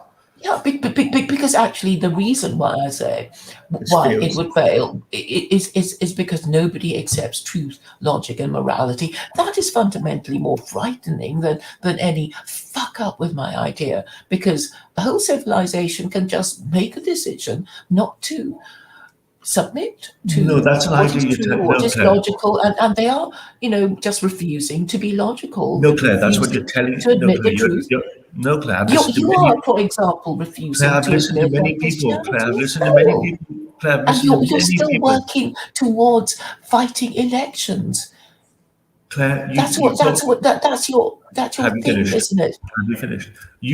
I've watched you fight many people, atheists, Muslims, Christians, who all for consistent reasons against the moral model have shown you why you're wrong. But they haven't shown me why I'm wrong. I can even listen. You refuse to listen. You refuse to listen and learn. You refuse to listen. You're so emotional. Because I don't accept their reasons. I don't accept their reasons. But the moral model of foundation theory doesn't care if you accept it or not.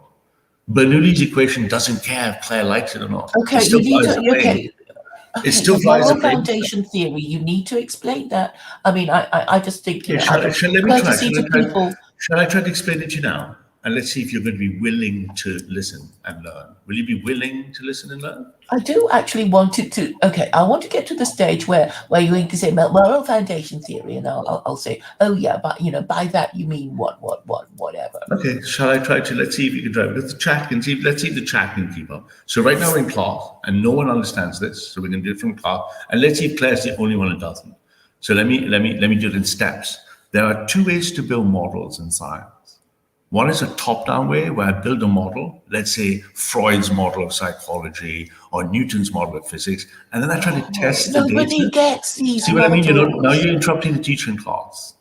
So okay, nobody understands these ideas anyway. So you're just going to carry on like you don't care. In class right now, Claire, you said I want to understand. As soon as I started, you are impatient or lack discipline to listen. Remember, you're the one who doesn't understand. So let's see if the audience will understand. So there's a top-down models of anything, and then there's a bottom-up. Bottom-up models have to be built by computers because they take lots of mathematics to do. And bottom-up models can look at the world about anything and say, does this model fit the data? We have a bottom-up model of morality that fits all data for morality. Now, what is that model of data? It doesn't matter what moral statements I make, 6 dimensions. 6 independent concepts are enough to map all morality. The Bible, Christians, liberalism, socialism, secular Quranism, illiberal Clarism, my own personal moral model, they all will map onto this. Now, when I put your model of morality... What is the purpose of... Okay, tell me the purpose of modeling these... I mean, what is the purpose of modeling it in the first place? So that you can, the reason we build models of anything is that we can understand the world, explain the world, and predict things in the world. Okay, so tell me a typical example of modeling and the purpose it serves. Okay, I model, for example, Bernoulli's equation for pressure. And the reason I do it is it allows me to build a plane that can fly. Okay, so when I build a model of... Can you think of another example? Okay, so if I want to build a model of electricity and voltage and resistance, I build a model V equals IR that allows me to put electricity to a wire to make the lights come on and off. Okay, and what has this to do with morality? So if a model of morality must be able to describe all moral behaviors in a way that is predictable, and therefore I can make comparisons and claims about the world that are morally accurate. What do you mean by morally accurate? Just like the plane flies and doesn't crash, the statements are sensible and are not illogical. Okay, so what is the point of modeling morality? So that I can look at moral things that are downstream from morality, ethical decisions, political decisions, and I can have a consistent model in which to compare them. But okay, can you give an example of this so we actually get what it's for? Yeah, so before we move on, do you understand what I've said so far? I don't know. That's why I'm asking you for concrete examples rather than these big sounding words that that's your questions. Calling it big, I mean very small words, but calling it big is just a way of not paying attention in class. I am paying attention enough to notice that. Which word was big that you didn't understand? Okay, I don't understand it. I don't see the purpose of what you're doing. Do you understand the purpose of building a model? Because now you're going backwards in class. Do you understand the purpose of building a model like Bernoulli's equation so I can make a plane fly? You see this Bernoulli's equation. I mean, that's another big word that people don't. Okay, so I think something to do with aerodynamics. Is Da Vinci a big word, or is it just a pronoun? But you see what I mean? Yes, of course, I've heard of Da Vinci. See, Claire, right now, the rest of the people watching you... Why did you keep things simple so people get you first time? I'm keeping it very simple. When I ask you what's not simple, you found to be deceptive. Which is the big word you didn't understand? Let's see if you're deceptive. Name the big word I used you didn't I want you to understand. give an example, okay, Could you name the big of word? models. So Okay, so you're saying wait, wait, you wait, Claire, models you see what you do is, what? but Claire, you know what you do is you run away from a question. You make I'm a not claim. running away. I'm Okay, asking so you a what was question I'm in going to the stay hope on of this question. You made the understanding claim. you. You made the claim. I use big words. Are you withdrawing your claim and make big words? Or are you going to answer the question, which was the big word I used? Withdraw your Okay, claim. And tell me model the is the word. big word. Model, Which and word? then the new So you're making equation. the word. You're claiming model is a big word, are you? Yeah, it's I mean, You people think the just word think model is a big. of a So you're woman, calling yourself an posing for ethical. You call yourself photographs. an ethical and a moral philosopher, and you find the word model to be a big word. Yeah, it's a big word. Tell us what it means. A model is an example. A model is a pattern that allows you to take examples of things and make them match it. All right, and can you explain? Do you understand what a The model most is? easy, okay, the most commonly understood model is what? There are many models, for example. I mean, okay, just simplify it so a school child can understand what you Okay, mean by a model. here's a model. If it's raining and I don't want to get wet, I better take an umbrella. Why is that a model? Because the model says if rain, then umbrella, keep dry or wet. And I can explain Okay. that to a 5-year-old. Yeah, but 5-year-old wouldn't quite see how it's a model. I mean, You are the maybe ones who are struggling. You're struggling with the word model. I just want to know. Do you now understand what a model is? Here's another model. You know when you go in your room and you see a switch, and if you turn it up, the lights go on, and you turn it down, the lights go off, depending which nation you're in? That's a model. Do you understand how that model works when you use it in real life? Do you know when this light is on, if I flip the switch, it'll go to the other place? Do you understand that model in your head? Even though you don't know it's a model, you understand it's a model. Otherwise, the lights will work, right?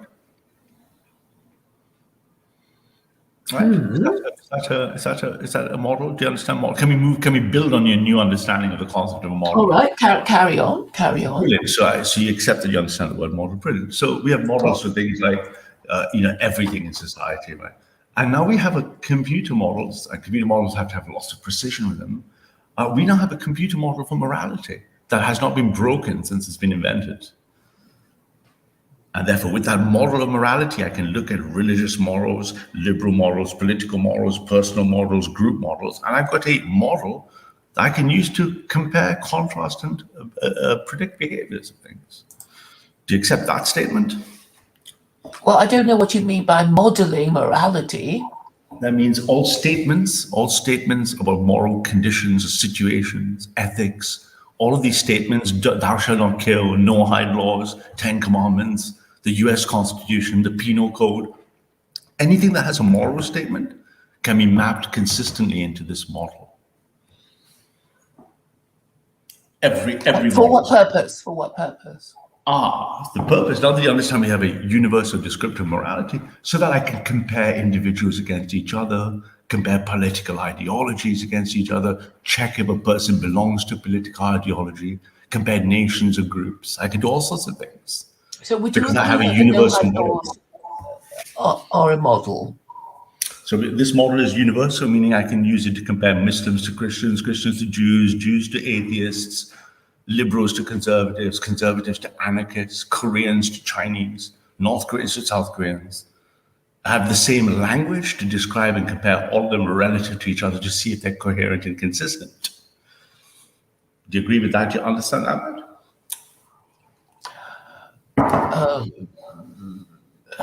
I still don't see the point. Well, do you understand the thing first without seeing the point of it? Do you understand that it exists? You might say, I don't see the point of taking an aircraft, but you accept that there's an aircraft that can fly. Then we can talk about the point of flying. Okay. So I accept that the concept of the model exists, and you were saying that you can model morality. It's already been done, yeah. Okay. So which one is the model morality? The moral foundation theory is the work produced by is the model produced by Haight Steam at Yale. It's the one behind all the tests. And Dom's back finishing the test. Now, once you take that model, I can now put Islam into Christianity, Dom, myself, Bernie Sanders. And guess what I can also put into it? I can put secular Clarism into it. And as soon as I put secular Clarism into it, it just goes off with all sorts of wacky jobs. Good. How do you show up, man? Are you a fascist? Are you a care? Well, it says here, your strongest moral foundation is care. Your morality is closest to that of a conservative. Nice. You're more conservative than Claire. Isn't that? There's a certain irony there, right? You don't have a burqa on, but you're more conservative than Claire. My scores are care is 97%, fairness is 89%, purity is 72%, loyalty is 72%, authority is 78%, liberty is 75%. Oh, you're a well-rounded, good conservative, actually. You're actually a care. You'd be called in idiomatic terms. You map to the cluster compassionate conservative. And it says here, care. This foundation pertains to our mammalian need to care for our young and to form bonds of attachment to others. It underlies the virtues of kindness and nurturance and is tied to emotions such as protectiveness and compassion. Nice. Left liberals typically score the highest on this dimension, conservatives the second highest, and libertarians the lowest. Yep. That would make sense for all the conversations I've had with you, man. You're like a good old school compassionate conservative. You're the guy who would make sure that you'd give the kid tough love, but you'd make sure the love was there, right? Well, I think I just think it's important to mitigate cruelty in the world, and I'm into that. There's a lot of it going around these days. So there you go. So Dom just took the test, and without understanding the mechanics and the maths of the model, we have his numbers. We can compare them against Clinton, against Bernie Sanders, against Claire, against Rao. So we have a model for which we can start doing things that are useful, Claire. And when we put secular Clarism into this model, for obvious reasons, a couple of us have a look, it just breaks. Because it's okay. You need to demonstrate why and how it breaks. Because it's incoherent. It's incoherent because it contradicts dimension. It contradicts dimensions, another big word. All words are big to you, right? Yeah, I'm afraid so. I mean, what does it mean? You actually want me to stop asking you questions about what you mean? This is why you don't send the butcher, the candlestick maker, to fix the 747. But don't you worry, I'm here to help you on understanding morality better. So if you imagine a dimension of, let's take what Dom said, care. If your system said this person cares a lot, or this person doesn't care a lot, you'd be okay, fair enough. But if your example of something had you both care and don't care at the same time, it would be classed as incoherent. Secular Quranism is incoherent. Why does it care and not care at the same time? Because let me give you an example. I was trying to work you through the morning, but you are so resistant to learning. The first thing, it's got a problem that all of us have picked up, Muslims, me, Tom Jum, you've got an authority conflict problem. Because the Quran's authority comes from God. What do you mean by authority conflict? Yeah, so if you imagine the authority dimension, one of these dimensions, right? Authority. The Quran is authority only makes sense because it comes from God. And you're injecting secular authority into it. It's a clear contradiction. Authority.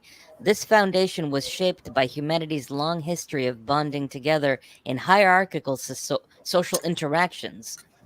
It underlies the virtues of respect for tradition and deference to legitimate authority. Correct. It is tied to emotions such as fear, respect, and awe. Conservatives typically score higher on this dimension than left liberals and libertarians. Right. So if you imagine when you put something that's got a conflict in the dimension, the Quran means authority from God, and you're saying authority from God at the same time as authority from man, you've got a problem. It's never a problem because all laws need to be interpreted by man. Even That's the just laws Claire's of opinion. God need to be interpreted by man. Claire's opinion, nothing to do with the model. Claire model doesn't doesn't believe in care. God. Well, She it, believes it in the doesn't matter. Even concept if of it's, God. even if I were Muslim, and everybody around me was Muslim, they'd all just be people, and they'd be interpreting the law, and they would be No. subject to human error. No, let me give you the example. If I compared secular Quranism against actual Islam, Islam doesn't have this conflict. Yeah, Islam is but coherent. nobody wants Islam in the West at the moment. It's I don't, too late. these are just spare me these anecdotal annotations. The model, let's stay on the model. The model doesn't have a problem with Islam or Christianity or Judaism because they're coherent. They're receiving the authority from God. Secular Quranism has a problem because it's taken something whose only meaning is its authority from God, and you've actually put something in the opposite in the same column. I've already It's explained morally it to telling schizophrenic. you that reasonable people It's can morally agree. schizophrenic, Claire. No, it's not. I've made the point. I've always used this example about the Ten Commandments. You don't have to believe in God to agree with one or some or all of the Ten Commandments, and the same with the no-hide laws. You don't need to believe in God. You can That's your opinion, actually Claire. see the point of them. But that's your opinion that it's not backed up by the model. The model doesn't agree with you. Yeah, but yes, I mean, if you're going to say, oh, but he's not even Muslim. But I'm saying if it were implemented, then the law would have the same capacity to punish as any law that is in force. No, let me give you another analogy to make it physical on the aeroplane. We all get on the plane, and Claire says, no, the model says it needs a fin to stabilize the plane, some engines and motors for thrust, and some wing to lift itself. Claire comes on the plane and says, actually, no, it doesn't need the fin plane. The model says it does, it will crash. Claire says, I don't care. It can't have the fin plane. The And the model analogy tells you breaks you're down. wrong. The model is telling you you're wrong for the aeroplane. You're saying, I No, don't no, care. I'll tell you why I am right. I'm just saying, if any law is in force, then it has a capacity to punish, and many people obey the law not because they agree with the law, but because they fear punishment, and therefore the enforceability of any law, whether just or unjust, has a capacity to Jurisprudence is downstream from generate morality. obedience. You're running away from the problem again. Jurisprudence is the applicability of a moral system. Just within the moral system, without its practical applications, i.e., its jurisprudence, you're still incorrect. So you're saying the authority, so Christianity and Islam and Judaism has no problem because its authority is aligned with its moral model. You've got a moral model that takes the authority of something that is explicitly from above and takes its authority the other way at the same time. It could still be enforceable No, only in your head. because there are already laws forbidding it's sexual incoherent. immorality and It's theft and the incoherent. killing of people. It's incoherent, inconsistent. This is your fantasy downstream. Stay on the model. Don't leave the class. Don't go to class 2. It's still class 1. No, it No, is stay just class a 1. fact. It's Your just a moral fact that model, any law, however your moral model is disagreeable, will have incoherent the and power to inconsistent. coerce people into obeying That's a it. politics class, the other end of the hallway. You're still in the model of morality class. Don't talk about politics in the morality class. No, I'm In the talking about morality enforceability. class, your model is inconsistent and incoherent. If any law is in force and has the Again, you talk about capacity to punish, politics. then people who fear Why are punishment you will leaving the obey. morality class, Claire? The Come back. morality, it's okay because actually morality will be disputed, as you have shown, which I'm sure you will agree with me that different people have different ideas. That's why you made us do the quiz, because we might be saying it's okay to do something or really not okay to do the other, and there's a range of feeling, of strength, of feeling for or against a particular course of action that your quiz has shown. And within that we have this wiggle room about our subjective opinion of the law. What we don't have wiggle room. What we have is positions on a sliding scale and 6 different colored sliding scales, 6 dimensions, 6 different rulers, and with a sliding scale. What we don't have is a multiple conflicting reading on any of the ruler. You have Nobody's conflicted about what unless people don't actually understand the question. But I just don't see what secular Quran is supposed to do with it. I mean, there will be different interpretations of different verses of the Quran, but that's only natural in any country that might want to infuse their legal But again, their you're running laws with to its politics principles. class. You're running to politics class having not passed. You haven't passed. You haven't passed the exams in the moral class. Okay, Somebody- I'm just going to let you explain it to Domingo because he's not as intelligent as I am. So if you explain it to him clearly, then perhaps I will understand. Claire, why don't you call it secular patriarchy and just don't tell anyone that you're inspired by the Quran? Much It's more too late reasonable. now. It's Much too more late. reasonable. So all this is just trying to get me to change its name. No, to change its motto. I couldn't care if it was called Jack Okay. and Lori. It's still wrong. It's the model that's wrong. It's not Claire. You make it very personal because obviously it's your emotional a baby, if you like. But the baby is deformed. It's just stillborn. Okay, so Because you're telling me it's to got a change its mortal name. problem. It's got a mortal problem. Domingo, do you know what he means by that? Do you know what Ralph means by a Yes. model problem? Yes, the plane won't fly. You've taken a wing off.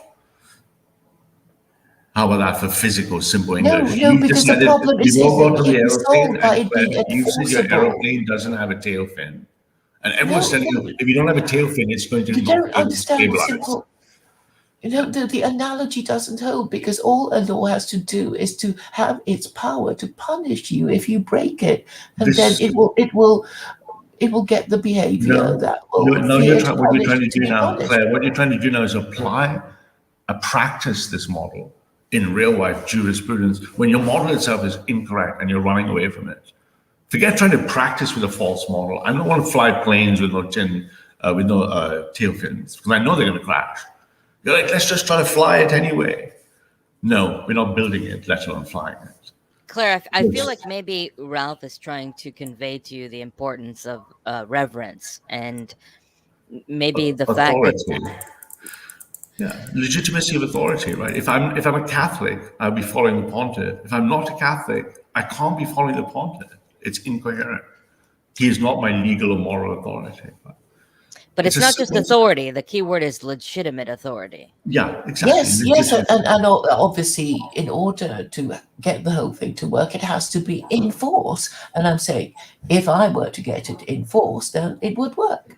That is obviously my shtick. I mean, a lot of people say, "Oh no, it'd be terrible if it did work," and we will just hate all the laws. And I see their objection, but I'm saying, if it were enforced, then No, all the I'm saying, problems. Claire, you're wrong because you're saying your analogy is saying if I were to get to fly my plane without the tail fin, it would fly. Stop Claire, what you're saying using is the analogy of the plane I because like it's the not analogy. a plane. I'm I like the talking about analogy. laws that are The enforceable, analogy is and getting me you're very triggered. deliberately talking about it being a The analogy plane. is getting me No, triggered for any good law reason. can be Then, enforced, and by that I mean no, having the Claire, you're just capacity repeating to yourself. punish. No, Claire, you're repeating yourself, talking about it, by putting on No, the your false model of the analogy plane is. about it being a plane. It is not a plane. It is a plane. It's just a That question won't of a fly. law being enforced or not enforced. Hang on, Claire. It's a model of a plane that won't fly. Ralph, you're saying that secular Quranism is lacking the legitimacy part. I'm saying it's incoherent on multiple reads across multiple dimensions. Yes, you picked up a good one. It's incoherent and inconsistent for the legitimization of authority. But if it's enforced, I can give you other ones. Very easy ones. then it has the I can give you many of legitimacy these. of the state. You're trying to pretend that you're going to mitigate this problem. No, it's not a problem of mitigation. Obviously, I assume it's going to be enforced because there's no point saying, here are these laws, it can or can't be enforced. No, Claire, it will never obviously, it happen in has real to be life. enforced for it to affect people's behavior because otherwise. No, that's just a fantasy in your head that anyone. No, you're not. You're not entertaining the idea that laws have to be enforced, and you're mixing it up with planes.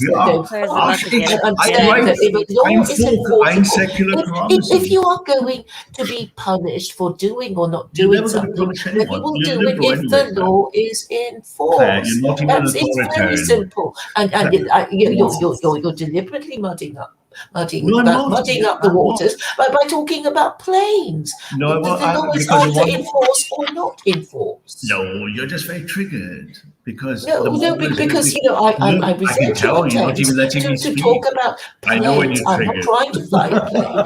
I'm just telling you.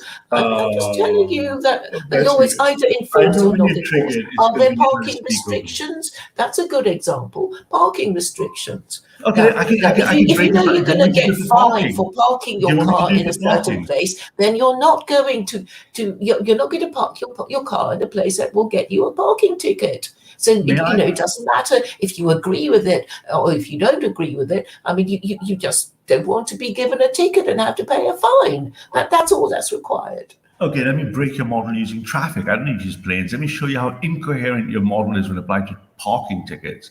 You're saying, I'm going to force everyone, because I have the authority to sanction parking, giving people tickets for parking incorrectly. But this authority of transmission is not going to come from parking attendants and me. I don't even work in the parking department. Instead, random people might decide to give you tickets. It's secular Quranism.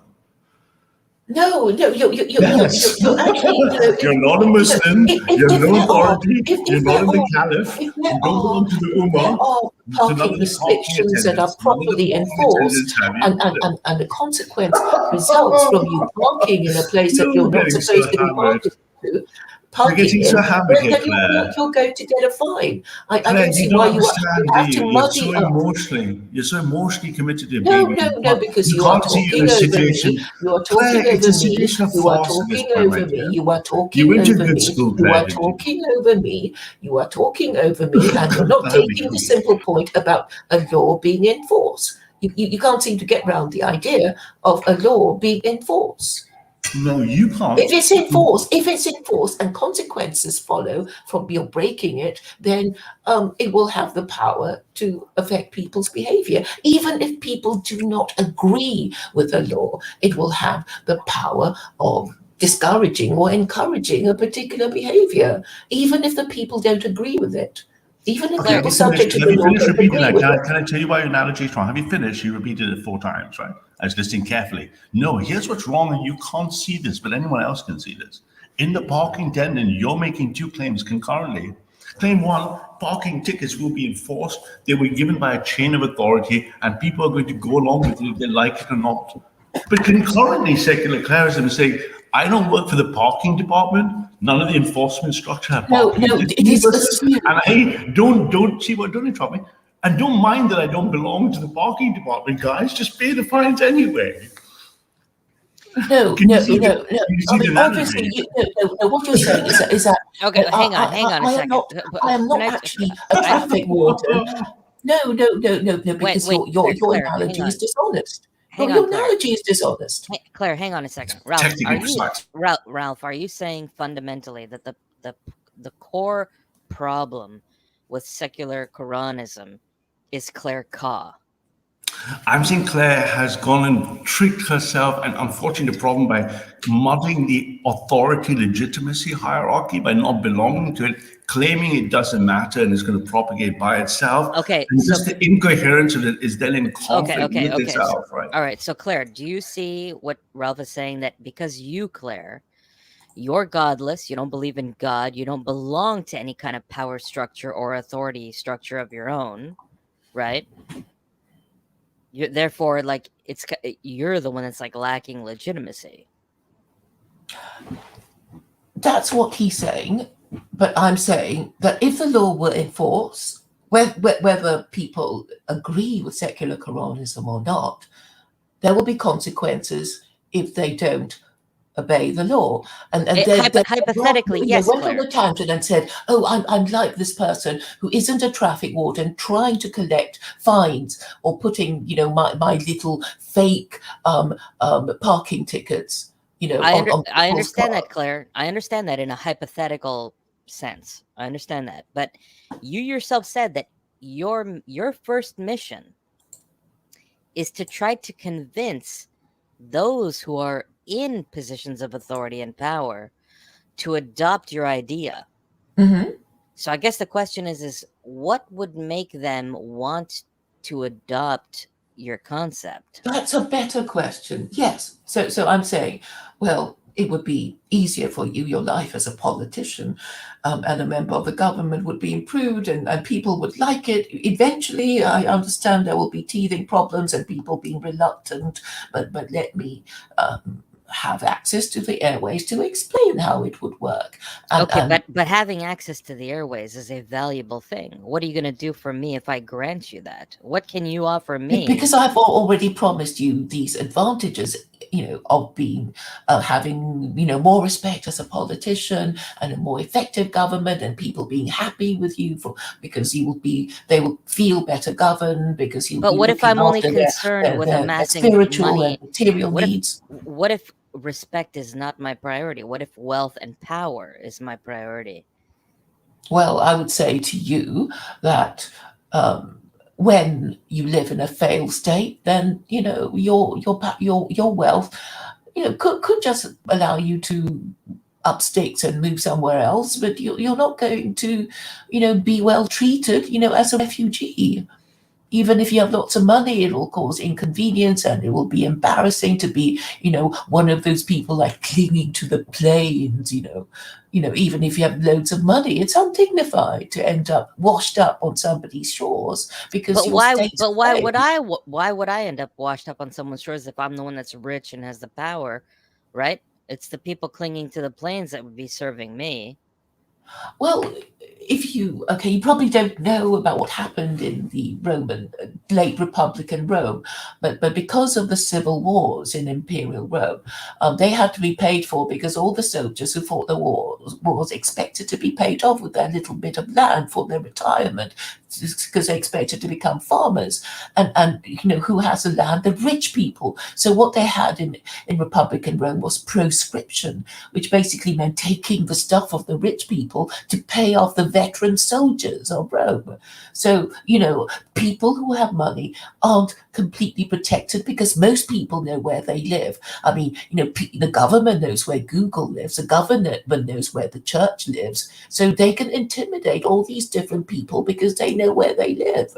So it's not that easy. And even if you're wealthy and powerful, people could have a price on your head just because you're rich and powerful. Nobody escapes, is what I'm trying to say. Well, you're right. There is a constant struggle and a desire for people to want to seize power. But as long as I'm the most powerful and the wealthiest, I will have the upper hand. And I don't have to. You're talking like some dictator, and even dictators also fall. I mean, Well, Tsars are subject to Russian revolutions. We're talking about the crony capitalism that is in the West. We're talking about power and how it corrupts and the nature of it and the nature of the reality we live in. Yeah, and people just want to feel well governed. And you have to give it to them, and it's cheap and easy, and that's all I'm trying to say. And eventually, if it works, if it's ever given an opportunity to work, if I know people won't vote for me, I'll just control the people that count the votes.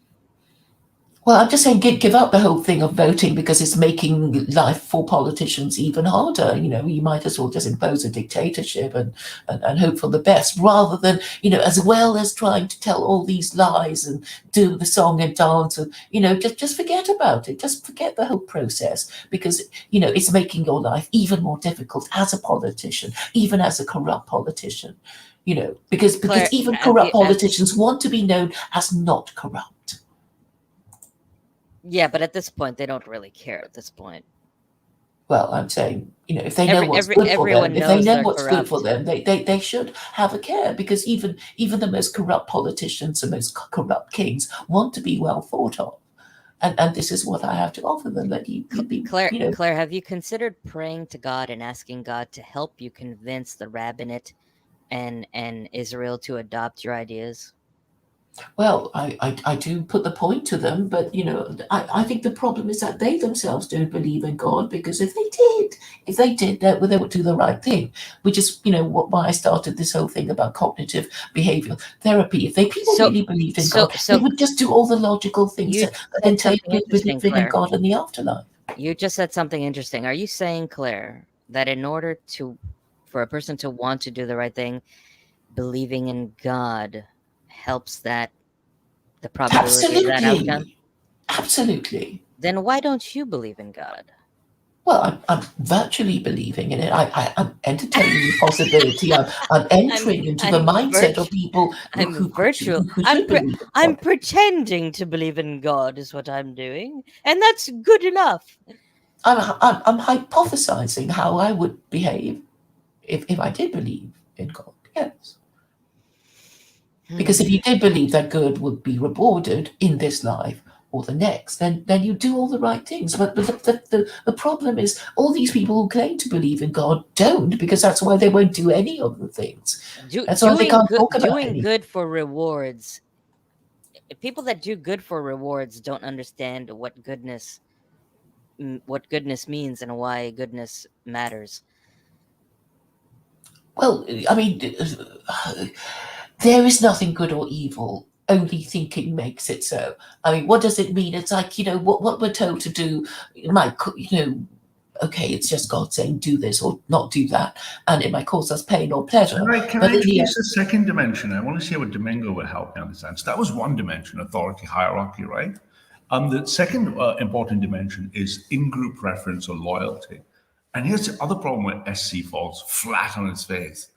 Because she is using the authority of as an out-group member to tell other different out-groups of which she doesn't belong that they should show group preference for this thing. So example, she's saying, hey, atheists, you don't like the other group, you're in the out-group, not Muslims, but you should adopt the Muslim things. Hey, Christians, you're not in the group Muslims, you should adopt this version of it.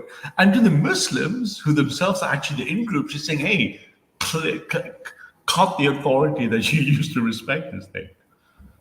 It's like atheists, Christians, Jews, Muslims are going to be like, get the fuck out of here! Like you're like a Chinese guy coming into, you're like a Chinese guy coming into Puerto Rican gang and saying, oi, oi, oi, you Puerto Ricans in New York, here's what we're going to do about the fucking Italians. And the Puerto Ricans are going, who's this Chinese person telling me what to do about the Italians when she's not Italian or Puerto Rican? I don't have to be. So I don't have to be if my reasoning you don't is have to, but all the moral foundation morals say you're wrong. No, because your analogies don't hold. Because if people were being honest about the reasons, if people were being honest about the reasons, they would know that as Muslims are treated as a despised minority, as Christians, they would know that most people in the West are not Christian. As atheists, they would know that they fear Jews and Muslims. The model is just simply, if I have an in-group, I can change it around. I gave you an analogy by Puerto Ricans and Italians. You're going to the atheists who don't like God of any type, saying, take the out group. This is another dimension of morality. In-group. Yes, I am indeed. I have given them. You're telling another out group not to do this. Then you're telling another out group not to do that. Yes, I am. I'm telling you. And if they can't accept it, or they consider you morally contradictory. No, I'm not being morally contradictory. Claire, do you see the irony? Says you're. Dom, can you explain that to her, please? Thanks. Claire, here's what I find fascinating here's what I heard you say, Claire. I heard you say that if they believe in God, they'll do the right thing and follow the advice of an agnostic. Mm-hmm. Yeah, obviously, but they don't, because they fear, consequences for speaking out, being cancelled, and everything. So I'm basically saying, for nationalists, if they really are nationalists, they would care about the national interest. Right? Because that's the whole purpose of being a nationalist. You care about your country, the future of your country, and you need to be able to, explain what it is that is a national interest. Unfortunately, those who claim to be nationalists are, low education, low status, low information people, and they are not people who can discuss ideas without getting into conflicts with each other, and all they can do is therefore only focus on the hatred of the people they always hated, the Jews, the Muslims, the foreigners, and say they have no right to tell them anything to do. So actually it's a nationalists who are not fit for purpose, because a lot of them are bachelors, they're not married fathers, they don't actually even care anymore. They just want to go to their grave without accepting that they made a mistake, or that their government has made a mistake, or their religion is kaput, and their liberalism is kaput, and it's all wrong. They just want to be able to blame the people that they've always blamed for their problems. Well, So, clearly they I mean, must I not can't shift them, but that is a problem. Clearly they must not want what you want, right? Yes, I know they don't want to. So I'm in the situation of a doctor saying, I'm sorry, your leg has got to come off, it's turned black, both legs have got gangrene, okay, and they don't like it. So they're going to reject doctor's advice. I mean, that's really the problem. Not because I'm fundamentally wrong, but because they don't like what I hear, and I can't make them follow it. And I shouldn't have to. I mean, obviously, for me to force them would not actually help matters. They have to themselves accept that there was something wrong with democracy, wrong with Christianity, wrong with how they run their government for so long. So you're saying the people in power currently just are not wise, don't have your wisdom, don't have your insights, and yet they're in power and you're not. Yeah, and if they don't listen, I mean that's just too bad. But you don't want to. But you don't want to force them out of power either, though. I don't have the power. I don't have an army, and I can't. It's not my within my field of operation to do this sort of thing. I can only hope that people are, I've explained the situation clearly enough, and if they don't agree, then they can give reasons rather than refuse to engage, and that's it. Well, I guess you're shit out of luck. Yeah, I know, but I mean, whether you adopt secular Quranism or not doesn't change the fact that Christianity is kaput, and so is liberalism, and so is liberal democracy. Even if you reject secular Quranism, the problem remains. And okay, I guess Ralph says he's got his new solution, and he was about to explain it to you, so I'll let him back on.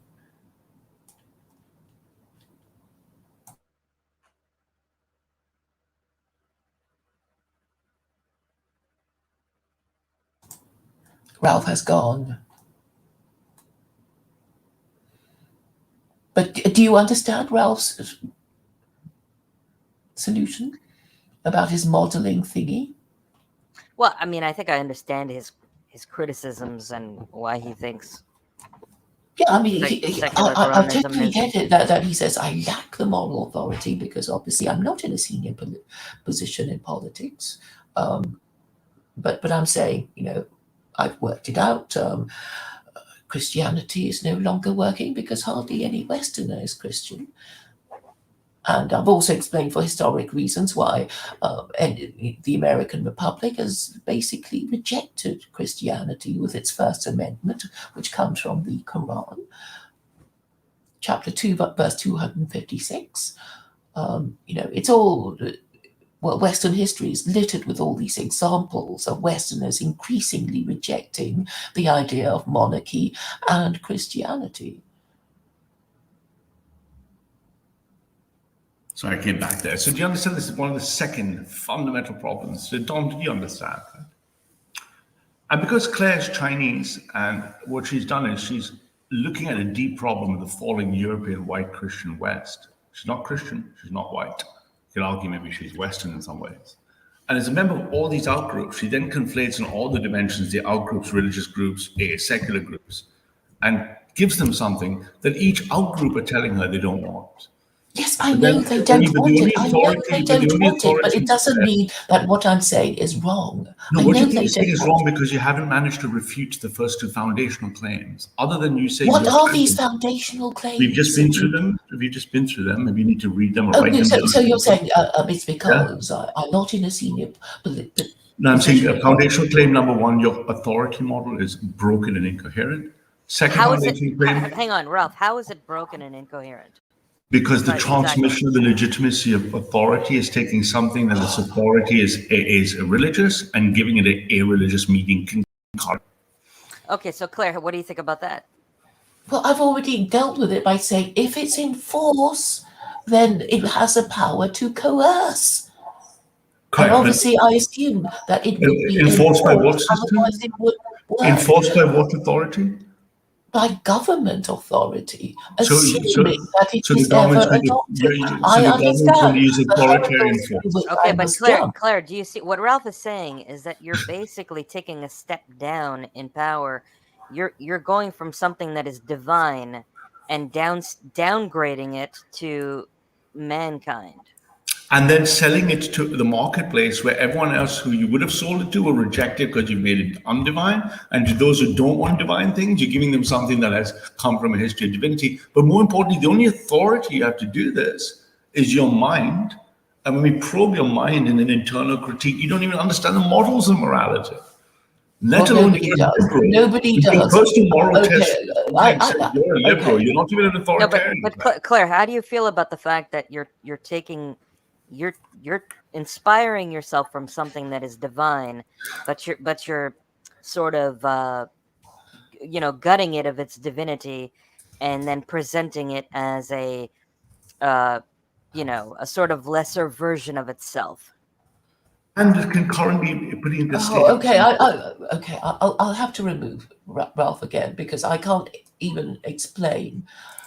We can't have a conversation. So, No, here we go. You don't have to remove him. Just No, because he won't be able to stop himself from talking over me. all right. So, and we can't have a proper conversation before he interrupts again. So, yeah, I mean, obviously, I do understand all my, I'm not Muslim. Nobody has heard of me, but I'm saying that my reasoning is still correct, that Christianity is kaput and liberalism is not working. So, whether you like my idea or not, my diagnosis is still correct. And I'm saying any power, any law has a power to coerce if it's enforced by fining you and jailing you or imposing whatever punishment it can impose to Right, but discourage or encourage your behavior. But do you see, Claire, that if your authority is going to come from the realm of man, backed by force and violence, Well, it has to be. It has to be backed by legitimate state authority. But and no, but hang on, Claire. Hang on. I do understand that there's nobody Claire, there. now you've cut me off. Hang on, Claire. If what you're going to present is going to come, see, this reminds me of a scene in Lethal Weapon 4 where Jet Li is the bad guy, and he comes to he comes to the shores of America, and he speaks to his Asian triad friends, and he says, Oh my God.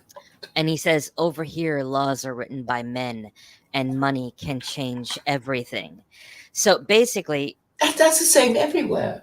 but do you understand though that if you were to present Jet Li's character with secular Quranism, he would immediately recognize the fact that it is completely meaningless because it is not of God. He doesn't even. It is because it's from the Quran. Okay. No, but Claire. But it's secular. It is okay. Okay, what you can say is that I have no authority to interpret it. I can anticipate that argument. Okay. Okay, so I'll say, well, okay, if you want somebody with authority to interpret it, well, find yourself a mullah or some Islamic scholar from Pakistan, from Saudi Arabia, and all these places that you hate and fear. And they'll say, no, thanks. We'll stick with liberal democracy, and the problem will not be solved. If I'm a pious person, why would I want to adhere and obey the godless version, the divineless version of what I'm already believing in? I don't understand that. If I'm a pious individual, and I have a closeness with God, and I have a reverence, and I believe, and I have my faith, why would I want to comply and obey to a system that is basically just the godless version of what I'm already living in? Okay, so you're putting yourself in a position of a Muslim, yes? I didn't specifically say Muslim, but a religious person. Yeah, yeah, but if you were being reasonable, you'd say, well, at least the Quran is better than the Globo Homo that we have. At least it is a little closer, even if it's not how I would wish it, and I wish somebody else, who actually believes in God would, but they're not enough of us and whatever. But you would recognize that it is a move in the right direction, and if you reject it because it's not exactly as you would wish it, then you are letting the perfect be the enemy of the good enough. And obviously I can't do anything about that. But if you're just going to say, oh well, it's got to be my way or it's a highway, then of course we will be stalemated and not move anywhere. But I'm suggesting that if you had offspring and you're concerned about the globo homo moral sewage getting them and turning your daughter into a single mother and your son into a gaily married transgender person, and you worry about this prospect, and you only would if you actually had children, then you might think, well, maybe Claire's idea has something in it. um, But but Claire, if you don't have offspring, you'll say, I hate their idea. I'm not going to cooperate with Claire because I hate her idea. How dare she? Etc. etc. So, but actually, very few people do have children that they care about, whose futures they want to protect. So I do see my problem. but Claire, you're the one Too that few people actually wanting the laws to support Claire, marriage and family values. the religious person, is the person saying it has to be God's way. You're the one saying it has to be my way. I'm saying that my way would have more general appeal because obviously all the atheists and Islamophobes will just not want, some Islamic scholar straight out of Saudi or Pakistan or wherever telling them how to interpret their laws. And possibly they might trust me to interpret it liberally and, more in conformity of what they think is Western culture, because I've been living here for so long, and okay, many nationalists know me. Is it fair to say, Claire, that your priority is to win the hearts and minds of the atheists first and foremost? Yes, I'm directing my message first to nationalists. Yes, because they are Well, the most numerous. no. I didn't say nationalists. I said atheists. Yes, atheists, agnostics, non-Muslims, the non-Muslims. That's my target audience. Yeah, but a Jew and a Christian are non-Muslims. I'm saying, are you prioritizing people that do not believe in God first and foremost with secular Quranism? Yes, I hope to explain to them why things are as they are, and if they accept my reasoning, then they're more likely to accept my solution. But wouldn't you agree, Claire, that things are the way they are because of them, those very people that you're trying to recruit? Um, you're talking about the J people? No, I No, don't expect. no. I'm not saying the J people. I'm saying godless people. Well, yes, of course, it is their problem. It's a problem of boomer culture, of people who basically had fun in the 70s, and You're not really going to find pious, God-fearing people in the Globo Homo, are you? No, but I want to impress upon you that I do see the scale of the problem. I mean, the godless people would be people like Dennis Dale, of that age, of that mindset, who like that kind of music, who it seems would rather go to their graves not admitting that they were wrong than to say, well, maybe the kind of hedonistic lifestyle that we led in the 70s might not have been good for the future. But they're not going to admit that. I feel like there's an epiphany, Claire, that's maybe on its way to you. And if you're lucky, you'll have it.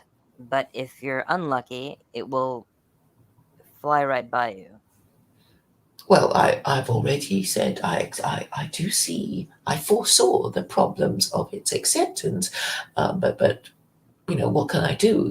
It is what it is. The solution is the solution, in my view. Okay, if I don't promote it, I think it's still the solution because nobody has anything better. Has anybody got anything better? Do you understand what Ralph is proposing? He wants to start a political party. Um, did you even understand why his way might work better than my way? Well, Ralph is still operating in the, I mean, I think Ralph wants to acquire power through the conventional methods of the vote, but Hmm. you know, he's also, though, I don't know. I'm not sure if I'm not sure if the kind of power that he wants to have. I mean, I'm not sure what his end game is, but he seems to still have faith in the, I guess, His idea. Yeah. electoral processes, but Yeah, that's it, and I think that must be a minus on his part if you still have faith in the electoral process, because he's talking about registering his party, which means that he's still talking in terms of fighting elections, and I'm rejecting that avenue. So that's a clear blue water between us. I'm saying, there's no point fighting elections and even winning them if you haven't got the right idea about fixing the problems. yeah, but you're not willing to use force either, so Well, because I don't because have an army. what because the way I see it, the Constitution has provisions for when tyranny has taken hold, and the tyranny of globo homo and the media have taken hold, and it's clear as to what has to be done, and all that is needed now is simply the will, um, in the hearts of true patriots to do it. Well, that's the thing. Another problem I foresee is that if you have a high average age, then you're less likely to, overthrow the government because people are, whatever their age is, and that all the countries that you've heard of that had a revolution would have a young average age, people in their 20s, because it's the energy of youth, who get angry, who get emotional, who do all kinds of things. But unfortunately, the average age in the West is 40, and most men are not particularly motivated by. I mean, I've also said that the sexually sated male is politically inert. They have nothing to aim for now. It's okay to, you know, live on porn.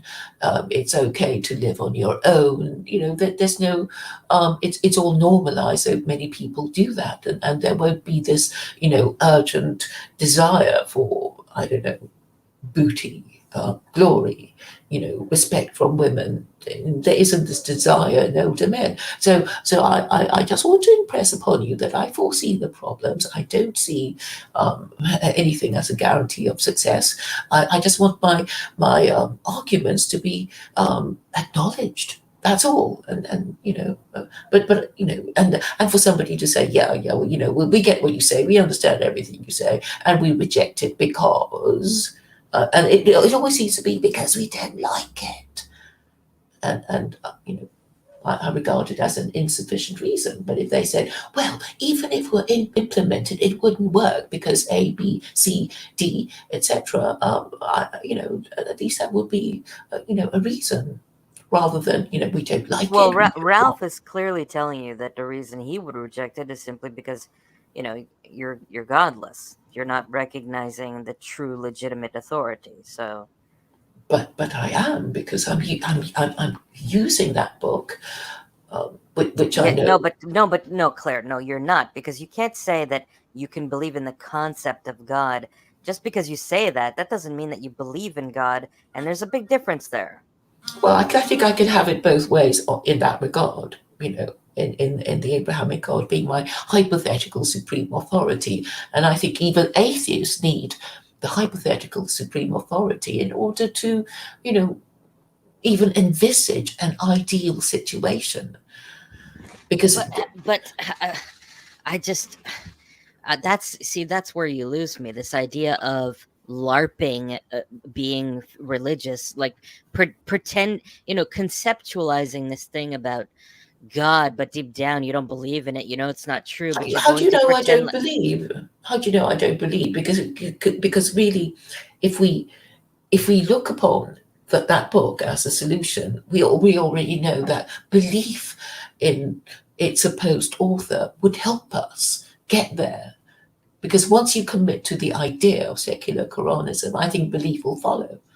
It's almost inevitable. In fact, OV saw it. OV saw it. Yeah, he said, so eventually we'll all be Muslim. And I said, yeah.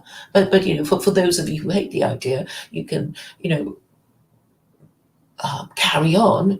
But eventually, yeah, people will move towards belief because the laws are already there that encourage belief, and eventually enough people will be born and be brought up in that kind of mindset because it would be the mainstream. But obviously, it would be crazy to say, oh, you got to accept Sharia now, and you're not even Muslim. So you want to gradually condition future generations until the point where they all truly believe that they are Muslims? Yeah, because what happens, just supposing secular Quranism is already the law, and you don't like it, you're an atheist, but anyway, you meet somebody and you marry and you have children, you're going to be using God to frighten your children. You won't be using Santa anymore. You'll be using the supreme authority to get your kid to behave. You will. You just won't be able to help yourself, and then you'll have 2 generations of that, and eventually everybody will believe, or most people anyway. So that's how it is a gradualist approach. Yes, but then So the you fact that want it's to gradual will make allow the people people who hate religious. it. Hmm? You want to make people religious. I think the fact that these laws come from God would eventually inculcate an environment in which belief becomes natural. And you want this. You desire this. Yes, because okay, these are if you decide you want to be gay and transgender, you're not going to want to believe in God, because if you did, you'd be constantly worried about punishment in this life and the next. So, but if you want things the other way, if you want to restore the patriarchy, you know that belief in God would help you obey it longer and better. So, once you make that leap of decision, thinking, well, I do want to restore the patriarchy because I do have children, or I want children, and I want marriageable members of the opposite sex to marry, then you will eventually move into that mindset in which you will believe, because actually there's a book on psychology. I think the analogy was people joining cults, and I know you love me for saying that, but basically, that there's a moment of skepticism about whether to join a cult or not, or maybe hang on, Claire. Now it sounds to me like you want to Trojan horse God back into all the atheists of the world. Yeah. So you want people to believe in God, and you want people to be religious in the long term. Yeah, but also to guarantee their freedom of belief with chapter 2, verse 256. Because you have to, it has to be absolutely guaranteed, or nobody now would ever accept it, and it would, represent a regression for the West to give up its First Amendment rights, because that's one of the things that is associated with liberalism. The First Amendment, freedom of belief and expression. That to me represents a great leap forward in human civilization. That Europeans were no longer forced into Christianity and forced to belong to the religion of their monarch.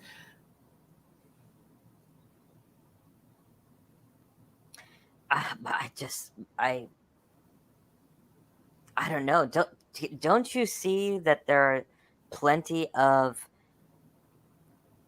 you're laying fertile ground for conflicts of interest that are almost inevitable and that are going to really destabilize the society you're trying to build. What conflicts of interest do you foresee? Well, if you're going to let people believe in whatever they want, if you're going to say, oh yeah, if you want to believe in the devil, you can believe in the devil, and if you want to believe in God, you can believe in God, and if you want to believe in a six-armed elephant, yeah, you can believe in that, and if you want to be a pagan, you can be a pagan. I don't understand how you're going to have. Because I have to respect chapter 2, verse 256, don't I? I can't cherry pick. I can't redact that verse. And anyway, I think it's a selling point that you have a theocracy that guarantees the freedom of belief in people in a way, and I can use the First Amendment to say this is what it's going to be like. If you adopt the package of secular Quranism, you will be But that's like telling the including nation you're free to not be united. free to not be united. What do you mean? Yeah, it means that you're free to not be a united people. Well, okay. People can decide what they want to decide, but it would be great for them to discuss it rationally. I don't think a nation. I mean, if you, I mean, Claire, are you a nationalist? Yes, I would say, and I define nationalist as somebody who wants the government to govern in a national interest. Would you say it's in the national interest to have one religion for the nation? Yeah, it would be great, because there would be so many divisions otherwise. But we have to accept that we already live in a diverse society, so we have to allow people to have their different beliefs. Or Yes, but if you you're a end up nationalist, forcing them into believing your thing, and you will cause more conflict by forcing them to believe in your but if thing. you're a nationalist and you want the government to govern in the interests of the nation, wouldn't Yes, it be in the interests of the nation to not be living in a diverse society such as the ones we have today? yes, people might think that, but Okay, no. well, but do you think that? I don't want to propose anything that might hint of pogrom, because that would be violating the terms of service. And I've also said previously. Okay, but it wa- hypothetically, Claire, if you did agree and believe in that, then wouldn't you want to immediately just disregard the Quran and that page and that verse you also seem to be coveting? Sorry, I didn't understand your question. Okay. Well, let's do this again slowly. Mhm, So, you are a nationalist. mhm, You desire the government to govern in a fashion that benefits the nation. mhm, You recognize that having a nation with one religion for all of the people of this nation is ideal mhm, and is preferable to having a nation that is comprised of, let's say, 3 or 4 different religions that mhm, may or may not be drastically different from one another, with mhm, different sets of morals and ethics and beliefs. mhm, Okay. We currently live in societies that are diverse with many different religions that really don't mesh well together at all. Would you mhm, agree? mhm. So we're not currently living in any kind of nationalist setting, Paradise. No. right? So. So that being said, now that we know Mhm. that that's what you prefer and what you think is ideal, wouldn't it make sense for you to abandon that page and verse that you keep citing about the freedom to believe in whatever you want? I think it would be even more sacrilegious to Westerners if I told them that I propose to abolish the First Amendment. Well, but the freedom of speech is different, is a little bit different. And before we go there, let's just address this one question. Wouldn't it make sense for you to abandon and divorce yourself from this idea of the freedom to practice any religion you want? Wouldn't it make sense for you to not be for that? I don't see why that would make me more popular. Because Not popular, but just simply consistent. It would make you consistent since you're saying you're a nationalist and agree that one religion for the nation would be better. So wouldn't it make sense for you to divorce yourself from trying to push this idea of freedom of religious belief? Wouldn't it make sense for you to not be pushing no that? way, no way. Um, because Then you are contradicting yourself. how okay, which of my beliefs contradict each other?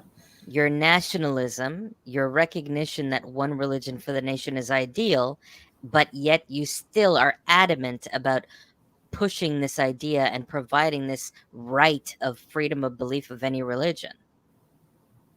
Well, because I really don't think that saying, "Oh, you're all gonna be eventually Muslim." This is like if you said you're very much against fires and arson and you're very much for fire safety, but you also support the right for children to play with matches. No, I really don't see that at all. So what happens is that under this system of rules, people will eventually know what the mainstream is, and the mainstream is always what the law allows. And Mainstream isn't always what the law allows, Claire. For decades, illegal drugs have been mainstream, and the laws never have allowed them.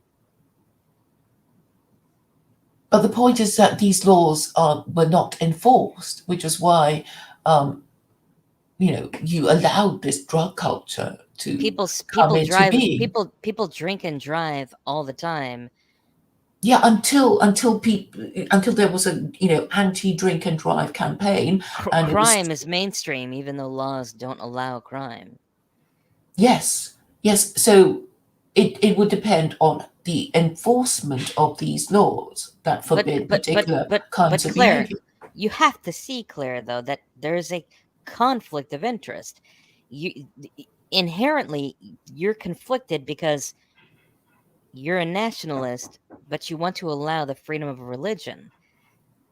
I don't see that being a nationalist necessarily means you have to remove the First Amendment. I just don't see that at all. I'm saying, you have so much conflict forcing people to Not the believe. First Amendment, Claire, the freedom of religion.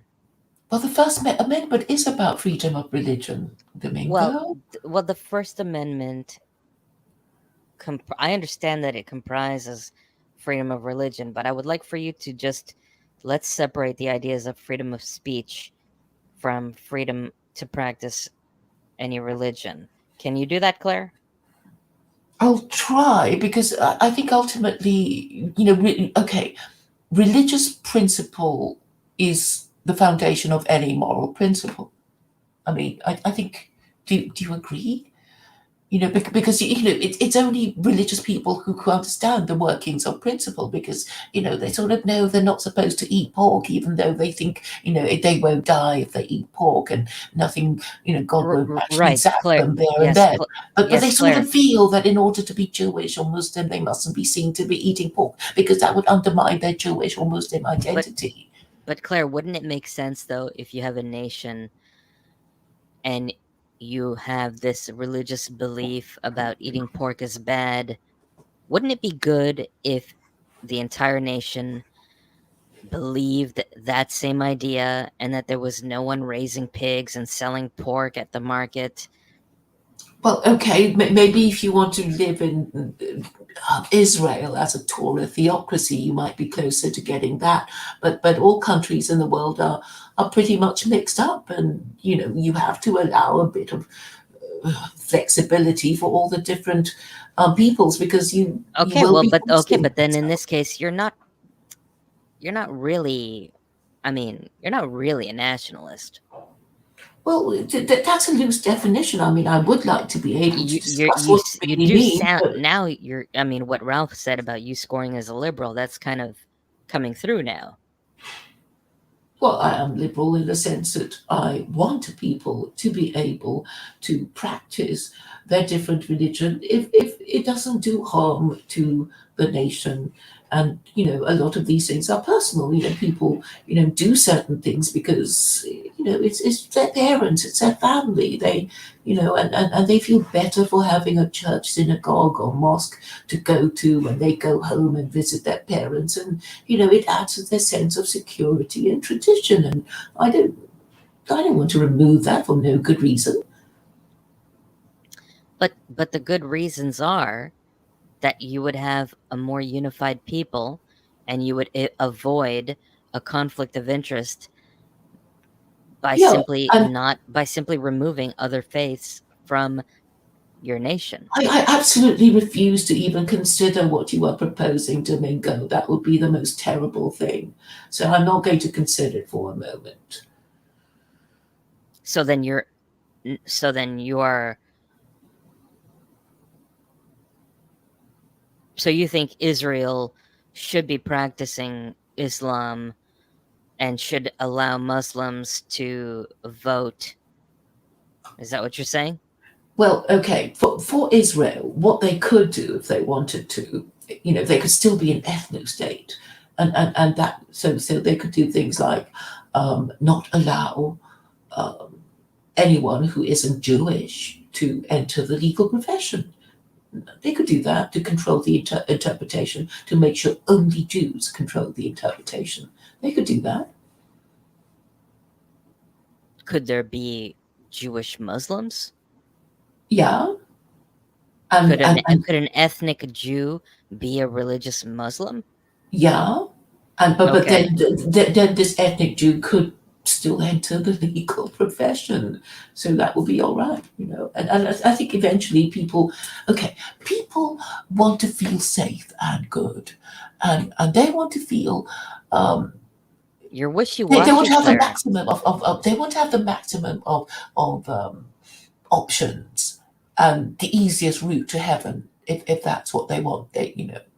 I think your I think ideal religion would I be think you know that Uncle Adolf was right, but you just don't want to admit it. right about what? I don't think he could have been right because he attracted defeat and disaster to his country. So I don't see how he could have been right. Um, Perhaps he missed his opportunity by not converting Germans into Muslims when he could have, and instead chose to embark on his wars of imperialism, which brought defeat and disaster to Germany.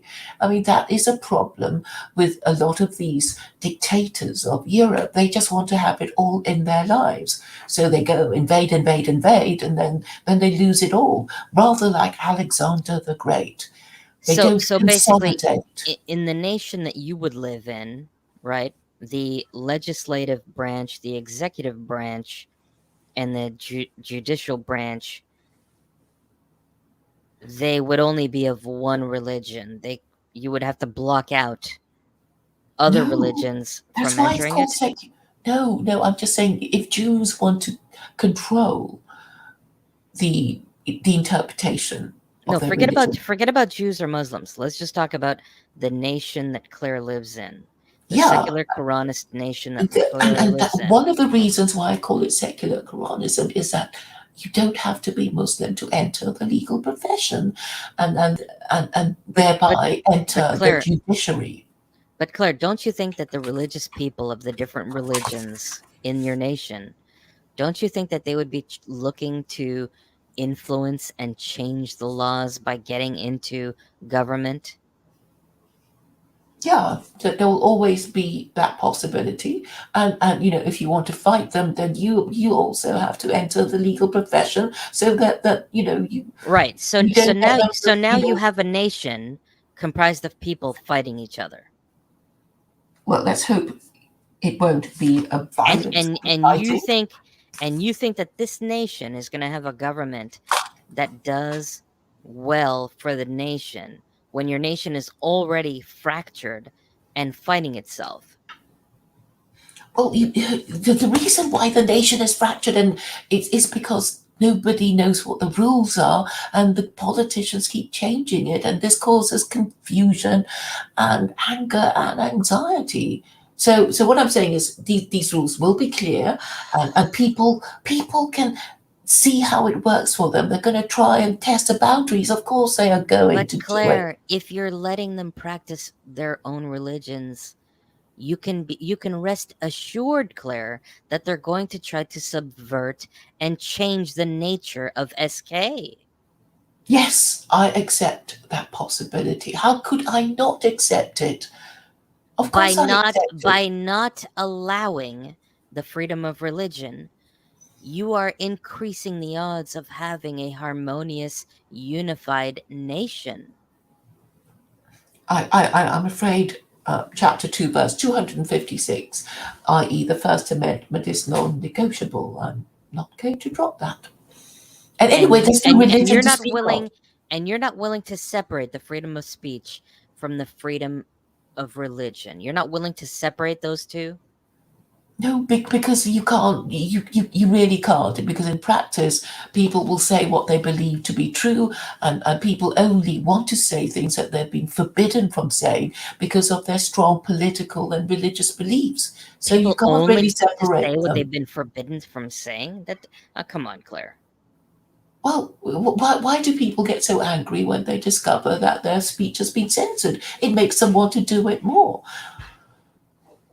So they'll just find ways around it. They'll find a different form of words, they'll find a different word, they'll find a different social media platform, but they need to express themselves. That's why I guess, Odyssey and BitChute and, all these places are becoming, the alternative uh, way of expressing themselves. But in your nation, the people that would be censored, right, would be the people that have a conflict of interest with those who are more in power. And so No, I don't you want to might have censor anybody. you might I have actually don't. Muslims and Jews and Christians taking turns trying to get to power to then censor the other groups. It doesn't work, Claire. It's you can't. How doesn't it work? It's like, if you want, I didn't say that the price of liberty is eternal vigilance. You obviously have to safeguard your rights. You don't just sort of let somebody take over. You have to do it yourself. But that's And right, when Claire. you go, you have to. Eternal vigilance, looking out for tyranny. Yes, Yeah. there's always yes, because there's always that danger. It's got nothing to do with religion, right? But when you have that, look, you, Okay, religion and that, politics are interchangeable to me. I mean, so when you make this but it distinction, should I don't get it. but it shouldn't. They shouldn't be, though. What do you mean? But you can't even help it. How can you divorce religion from politics? All the same buttons are pushed when people talk about religion and politics. I'm saying your nation should have one religion, and you Well, should ideally, divorce ideally, and the other ideally, religions should be divorced from that nation. yes, and ideally, that can happen eventually, organically, when people, give up their former identities, but only if the present identity is more enticing and more profitable, and But you have time. what would the present identity be? Some kind of amalgamous or an indescript oh, I'm a religious person. Are you Christian, Jewish, or Muslim? I'm sort of an all of the above. I'm just a religious person in secular Quranism. No, but obviously because people will still, have their religions that they came with before secular Quranism. Because secular Quranism, it's just a legal system. There's not going to be some church or mosque or synagogue of secular Quranism. It's literally just a legal system. And then you'd have the atheists who look at the religious people and think, "You're crazy. I don't believe in what you believe in. I don't want you making laws to affect me," and Yeah, vice then they versa. better join. Okay, then they better have children to join the legal profession. They have to do things to preserve their dominance. But that's what I'm That's the saying, thing. Claire. And You're the only way you can do creating it is by having children y- and Claire. It's parenting a them properly recipe in for your own tradition. it's And a if you recipe for refuse to do civil that, you're going war. to lose it all. It's a I, recipe I, for civil war and civil I don't strife. see how. I don't see how. Why would it cause civil war? Because you just said so, Claire. You just said they would have to have children to go in the legal profession and get power away from the others. You're creating a nation where Not people. necessarily fighting, but just if you want to preserve your dominance, then obviously you have to keep your race going, right? And if you can't be bothered, that's fine as well. You just won't. Okay, okay, okay. Look, Just forget secular Quranism. Let's not do anything. Everything's fine. Let's not even trouble ourselves with discussing this silly idea of mine anymore, because it's never going to be implemented, and everything's fine, obviously. no, things are not fine. The military needs to stage a coup, start arresting congressmen, and start executing traitors. That's what has to happen. Okay, but this also needs organizing. And the thing is, that's the thing. You need personnel. You need people to do these things, to think these thoughts, to talk these ideas through. And if you don't have connections, it's all dead in the water. So, again, it comes back to marriage and being able to perpetuate your traditions, whatever they are, whoever you All are. right, Claire, I'm hungry. I want to go make Me lunch. too, me too. Thank you for indulging me. I am grateful to you and for not talking over Oh, me. yes, of course you are. Yes, yes. All right. Ta-ta, Thank you. dear. Thank you, Domingo.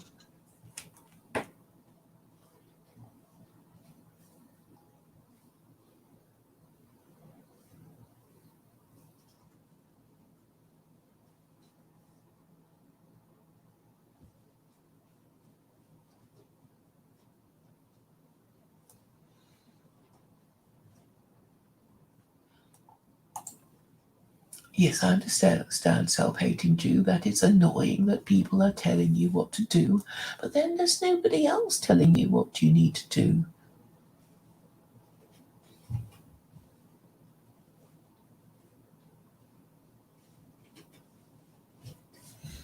Vi, I don't know what you mean by this problem being only from the 70s.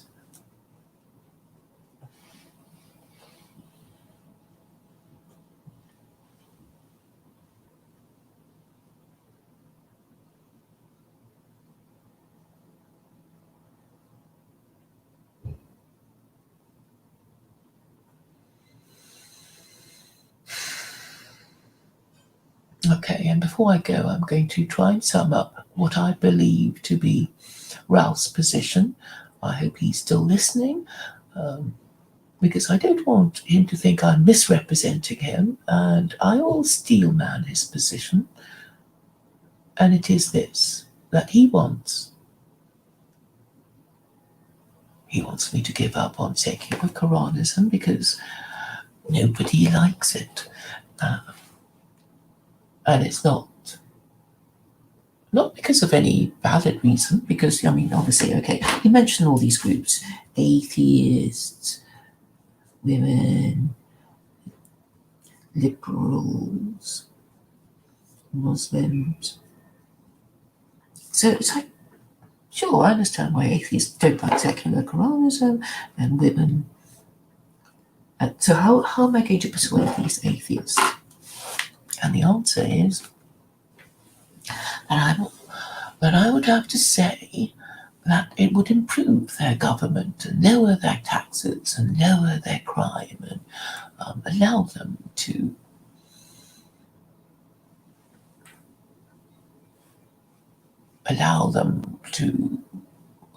remain to enter stable marriages and raise stable families. I'm assuming atheists are interested in that. The great difficulty with these atheists is that they're probably not interested in marriage and raising families. So I think that would be my greatest difficulty with atheists who don't really want to do anything, who are, in the lower social groups, who basically have very low expectations of everything. So we can't really incentivize them with, the prospect of becoming married parents, bringing up successful children. They're already, quite forlorn and hopeless. So I anticipate that atheists would be the most difficult group. The women, assuming that they want to be married mothers, would easily understand that under patriarchy, I would be able to create an environment in which more marriageable men are available for them to marry. Liberals, I would deal with by being very, very firm on the First Amendment, which is included in the package of secular Quranism, which is based on chapter 2, verse 256 of the Quran. And the Muslims, I would just have to say, well, what are you complaining about? You either have globo homo, which will take away the identity of, well, it will take away your Muslim identity because, your offspring marinating in the moral sewage of globo homo will become single mothers and gaily married transgender people, which will be a terrible disappointment to you if you take your religion at all seriously, your religion and traditions. So I would say women of marriageable age who want to be married mothers would be actually quite easy to convince. Liberals, I would deal with by saying, I will interpret the Quran as, in as liberal a way as I can, meaning that I will be as tolerant as I can and allow as much freedom as I can without doing injustice to the actual meaning of the words. Muslims, I think, once they're persuaded that it's going to happen, I think would support it.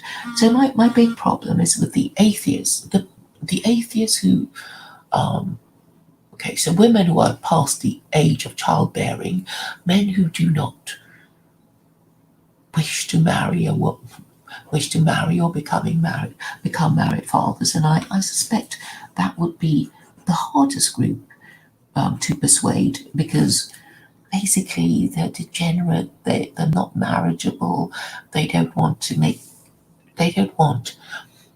the price of sex to be raised, and I anticipate the most opposition from this group.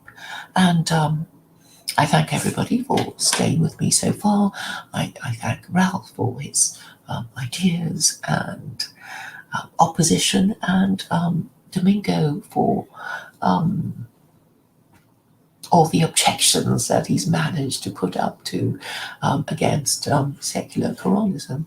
But I think it becomes clear that I'm not going to be cherry picking with these verses, because it's essential to the success of the whole package of secular Quranism. If I don't cherry pick and leave out verses that I don't like, or leave out verses that Domingo wants me to leave out. So thank you again for your time and attention in staying here. I see Assad Z2 is here. who says people don't get married anymore because they don't trust their partners enough. Oh, that's just going to launch me into another speech.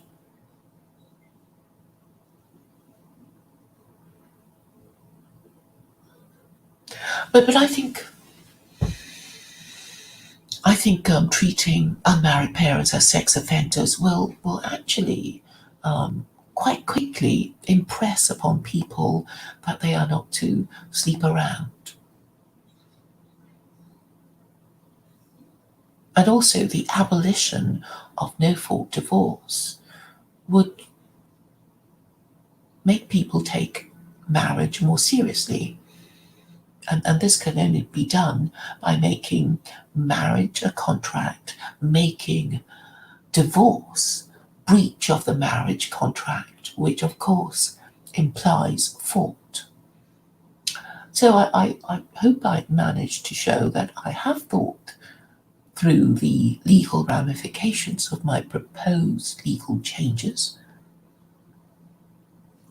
And I hope that I managed to make my position just a little bit clearer. So thank you for staying with me and understanding as much as you have so far.